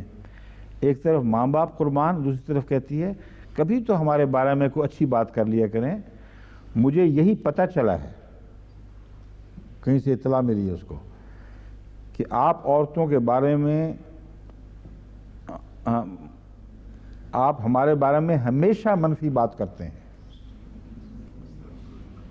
یہ قابل قبول حدیث ہے؟ یہ جو حوالہ ہے تفسیر روح المعانی میں داخل ہوئی ہے۔ آپ نے فرمایا میں نے آپ عورتوں کے بارے میں کون سی بات کی ہے؟ یہ طرز بیان دیکھیں نا، مجھے بتائیں تو صحیح کہ میں نے کون سی بات کی آپ کے متعلق؟ کہنے لگی آپ نے ہمیں صفحاء قرار دیا ہے۔ حضور نے فرمایا اللہ تعالیٰ نے اپنی کتاب میں تمہارا یہی نام رکھا ہوا ہے۔ یہ استنباط کرنے کی خاطر اپنے اس مسلک کو جو نہایت جاہلانہ اور قرآنی مضمون کے سراسر منافی ہے، اس کو ثابت کرنے کے لیے یہ حدیث گھڑ لی ہے اپنی طرف سے، اور اس کے بعد بات ختم ہوگی، فیصلہ ہو گیا۔ رسول اللہ صلی اللہ علیہ وسلم قرآن کریم میں اللہ نے تم لوگوں کا صفحاء نام رکھ دیا، میں کیا کروں، مجبور ہوں میں۔ انہوں نے کہا اچھا پھر یہ تو خدا تعالیٰ کی ذمہ داری ہو گئی، اور کہنے لگی آپ نے ہمیں نواقص بھی تو قرار دیا ہے کہ ناقص لوگ ہیں ہم۔ اس کا جواب سنیں، فرمایا نقص کے لیے یہی کافی، ایک حصہ اس کا کچھ معقول دکھائی دیتا ہے، آگے جا کے پھر فرضی کہانی ساری شروع ہو جاتی ہے، جس کا مطلب ہے پہلا حصہ بھی بنایا گیا ہے فرضی یوں ہی۔ نقص کے لیے یہی کافی ہے کہ ہر ماہ تم 5 دن کے لیے نمازیں چھوڑ دیتی ہو۔ 5 دن کا مراد ہے حیض جتنی دیر بھی رہے۔ کیا کسی عورت کے لیے کافی نہیں؟ لیکن ساتھ آگے تشریح فرمائی، کہتے ہیں یہ تو نقص والی بات ہے، لیکن اگلی باتیں جو ہیں وہ تم کیوں بھول جاتی ہو؟ کیا کسی عورت کے لیے کافی نہیں کہ جب وہ حاملہ ہو جائے تو اسے خدا کی راہ میں جہاد کرنے والے کا اجر ملے گا؟ ہر عورت جو حمل اٹھاتی ہے وہ خدا کی راہ میں جہاد کرنے والا اجر پاتی ہے۔ اگلا حصہ یہ ہے جب وہ بچہ جانتی ہے تو خدا کی راہ میں شہید ہونے والے خون میں لتھڑے ہوئے وہ زخمی کا ثواب ملتا ہے اس کو، جو بسمل خدا کی راہ میں زخمی ہوتا ہے، ہر بچہ جاننے پر وہ اتنی شہادت کا مقام پا جاتی ہے۔ جب بچے کو دودھ پلاتی ہے پھر کیا ہوتا ہے؟ اس کا ہر گھونٹ بنو اسماعیل کی ایک گردن آزاد کرانے کے برابر ہے۔ بنو اسماعیل وہ بھی آ گئی۔ اب سوچیں کیا رسول اللہ صلی اللہ علیہ وسلم کا کلام ہو سکتا ہے؟ اِنَّا لِلَّهِ وَإِنَّا إِلَيْهِ رَاجِعُونَ۔ یہ ہیں ہمارے علماء کا مبلغ علم۔ یہ جو علماء عجیب و غریب فتوے دینے والے آج دنیا میں پیدا ہو گئے، یہ کتابیں پڑھتے ہیں، اصل میں یہ پڑھتے ہیں، اپنی عقل سے آ رہی ہیں، اندھوں کی طرح دوسروں کے ہاتھ میں ہاتھ دے کے چل پڑتے ہیں، اور نہیں جانتے کہ گڑھوں میں پھینکا جا رہا ہے ان کو، اور اپنے ساتھ دوسری قوم کو بھی، ساری قوم کو گڑھے میں ڈال دیتے ہیں۔ پھر اب یہ رسول اللہ صلی اللہ علیہ وسلم کا قول کوئی مان سکتا ہے آدمی کہ ہر گھونٹ جو پلاتی ہے وہ اتنے غلام آزاد ہو رہے ہیں، اور وہ بھی بنو اسماعیل، یعنی عام بیرونی غلام کی تو کوئی قیمت نہیں ہے، حضرت اسماعیل کی اولاد کا جو غلام ہے اس کو آزاد کرنا تو بہت بڑا مرتبہ ہے۔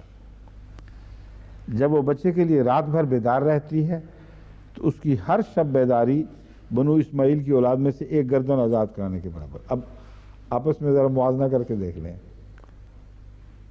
بچے کو دودھ پلانا، جو اگر نہ پلائے تو مصیبت میں مبتلا ہو جائے، وہ تو چھاتیاں بھر جائیں تو پھوڑے بن جاتے ہیں اگر وہاں بچے دودھ نہ پئیں تو، بچہ احسان کر رہا ہوتا ہے عملاً ایک لحاظ سے۔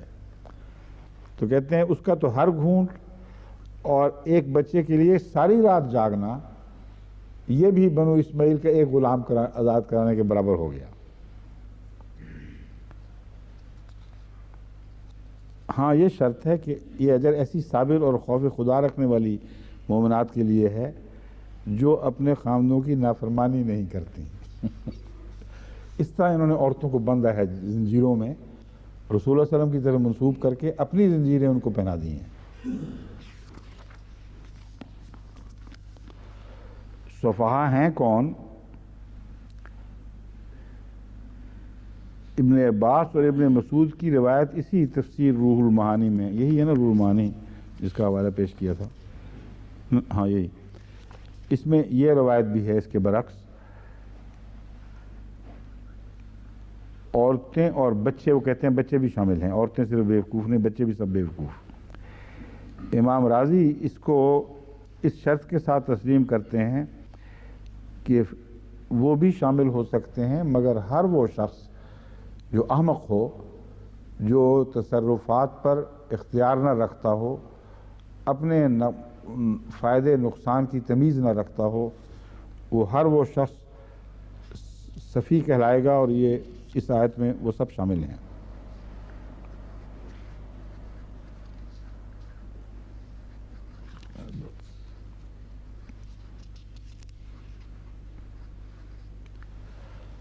اب ایک روایت میں لکھا ہے کہ یقیناً عورتیں صفحہ میں داخل ہیں۔ یہ بھی روایت تفسیر ابن کثیر نے ابو امامہ سے بیان کی ہے کہ عورتیں لازماً صفحہ ہیں، کیونکہ پہلے عورتوں کا ذکر تھا، اس لیے اب صفحہ سے صرف عورتیں مراد ہیں۔ ابو موسیٰ بیان کرتے ہیں کہ 3 قسم کے لوگ ایسے ہیں جن کی دعا اللہ قبول نہیں کرتا۔ ایسا آدمی جس کی بیوی بدخلق ہو اور وہ اسے طلاق نہیں دیتا۔ اب رمضان کا دعائیں قبول کرنے کا مہینہ ہے، اور دیکھ لیں اپنے اپنے گھروں کا جائزہ لے لیں۔ ہر ایسا شخص جس کی بیوی بدخلق ہو اور وہ اسے طلاق نہیں دیتا، کہتے ہیں خدا اس کی دعا کبھی قبول نہیں کرے گا جتنے مرضی رمضان گزر جائیں۔ وہ آدمی جس نے اپنا مال سفی کو دے دیا، اور سفی سے مراد کیا ہے؟ عورت۔ اسی حدیث کا حصہ ہے جس میں بتایا گیا ہے، کہتے ہیں کہ رسول اللہ صلی اللہ علیہ وسلم نے صاف فرما دیا ہے کہ ہر عورت بے وقوف ہے۔ یہ خدا نے فرما دیا ہے، رسول اللہ صلی اللہ علیہ وسلم نے نہیں۔ اور جو شخص بے وقوف کو مال دے دے گا اس کی دعا کبھی قبول نہیں ہوگی۔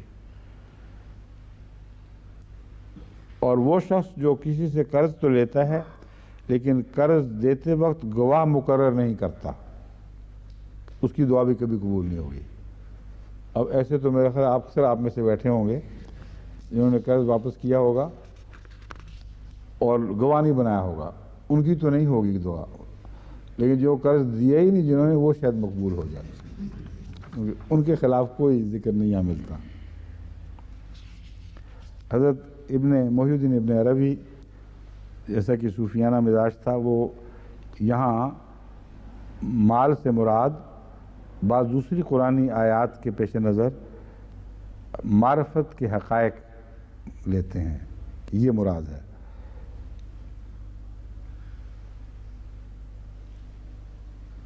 لیکن یہ صوفیانہ معنی ہیں جو اوپر کی فضا میں اڑنے والے ہیں، روزمرہ کے لین دین کے معاملات میں یہ مراد نہیں ہے۔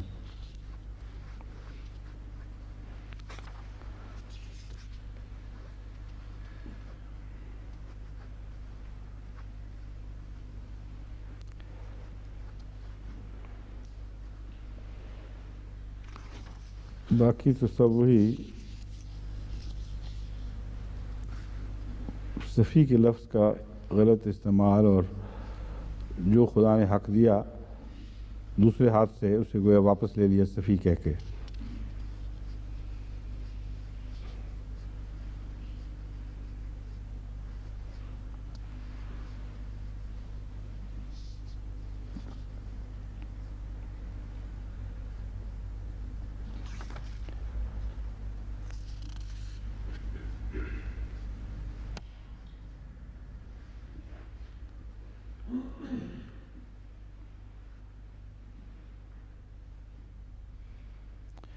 عجیب و غریب کی تصویریں کی ہوئی ہیں، مجھے سمجھ ہی کچھ نہیں آتی، دماغ میں نہ آ جاتا ہے آدمی کا پڑھ پڑھ کے۔ تفسیر قاسمی میں لکھا ہے کہ ابن عباس سے مروی ہے، ایک تو یہ کہ حضرت ابن عباس کو انہوں نے بڑا نشانہ بنایا ہے، جہاں تفسیری معاملہ ہو حضرت ابن عباس کا حوالہ دے دیا، بات ختم ہوئی، اور جہاں عام حدیثیں بیان کرنی ہوں وہاں حضرت ابو ہریرہ کا نام کافی ہے، اور اکثر انہی دو کے درمیان بات مکمل رہتی ہے، اس کے دائرے کے اندر ہی رہتی ہے۔ سب سے اہم حصہ ضروری یہ ہے کہ قرآن اور محمد رسول اللہ صلی اللہ علیہ وسلم کی سنت کی کسوٹی پر اگر کوئی حدیث پوری اترتی ہے تو روایت ہو یا نہ ہو اسے ضرور قبول کرو، کیونکہ اس کا جھوٹا ہونے کا بہرحال کوئی امکان نہیں، اور اگر اس کے منافی ہے تو 1000 روایتیں کہہ رہی ہوں اس کو قبول نہ کرو۔ اور یہاں بالرائے مراد نہیں ہے، واضح قطعی قرآنی مسلک جو واضح ہیں اور کھلے ہیں اور بینات میں داخل ہیں۔ رسول اللہ صلی اللہ علیہ وسلم کی سنت جو بینات میں داخل ہے وہ مراد ہے میری۔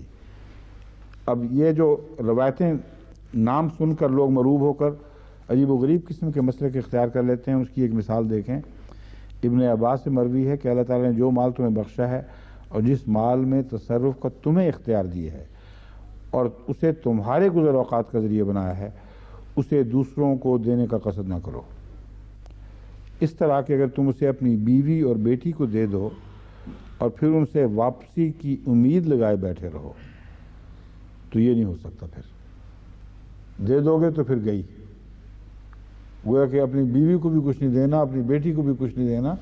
یہ کہاں سے حدیث آ گئی ہے؟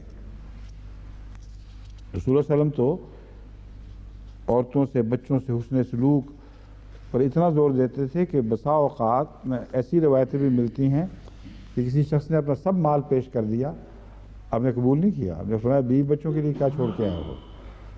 تو رسول اللہ علیہ وسلم تو اہل و عیال کے خیال رکھنے کی سب سے اعلیٰ مثال تھی۔ فرماتے ہیں کہ خیرکم لأہلہ، تمہیں سب سے اچھا وہ ہے جو اپنے اہل سے اچھا ہو۔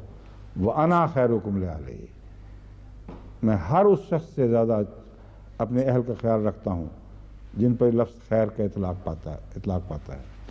باقی انشاءاللہ کل ایک حضرت مسیح علیہ السلام کا اقتباس ہے، میں اسے باقی کل پھر پیش کر دوں گا، ٹھیک ہے؟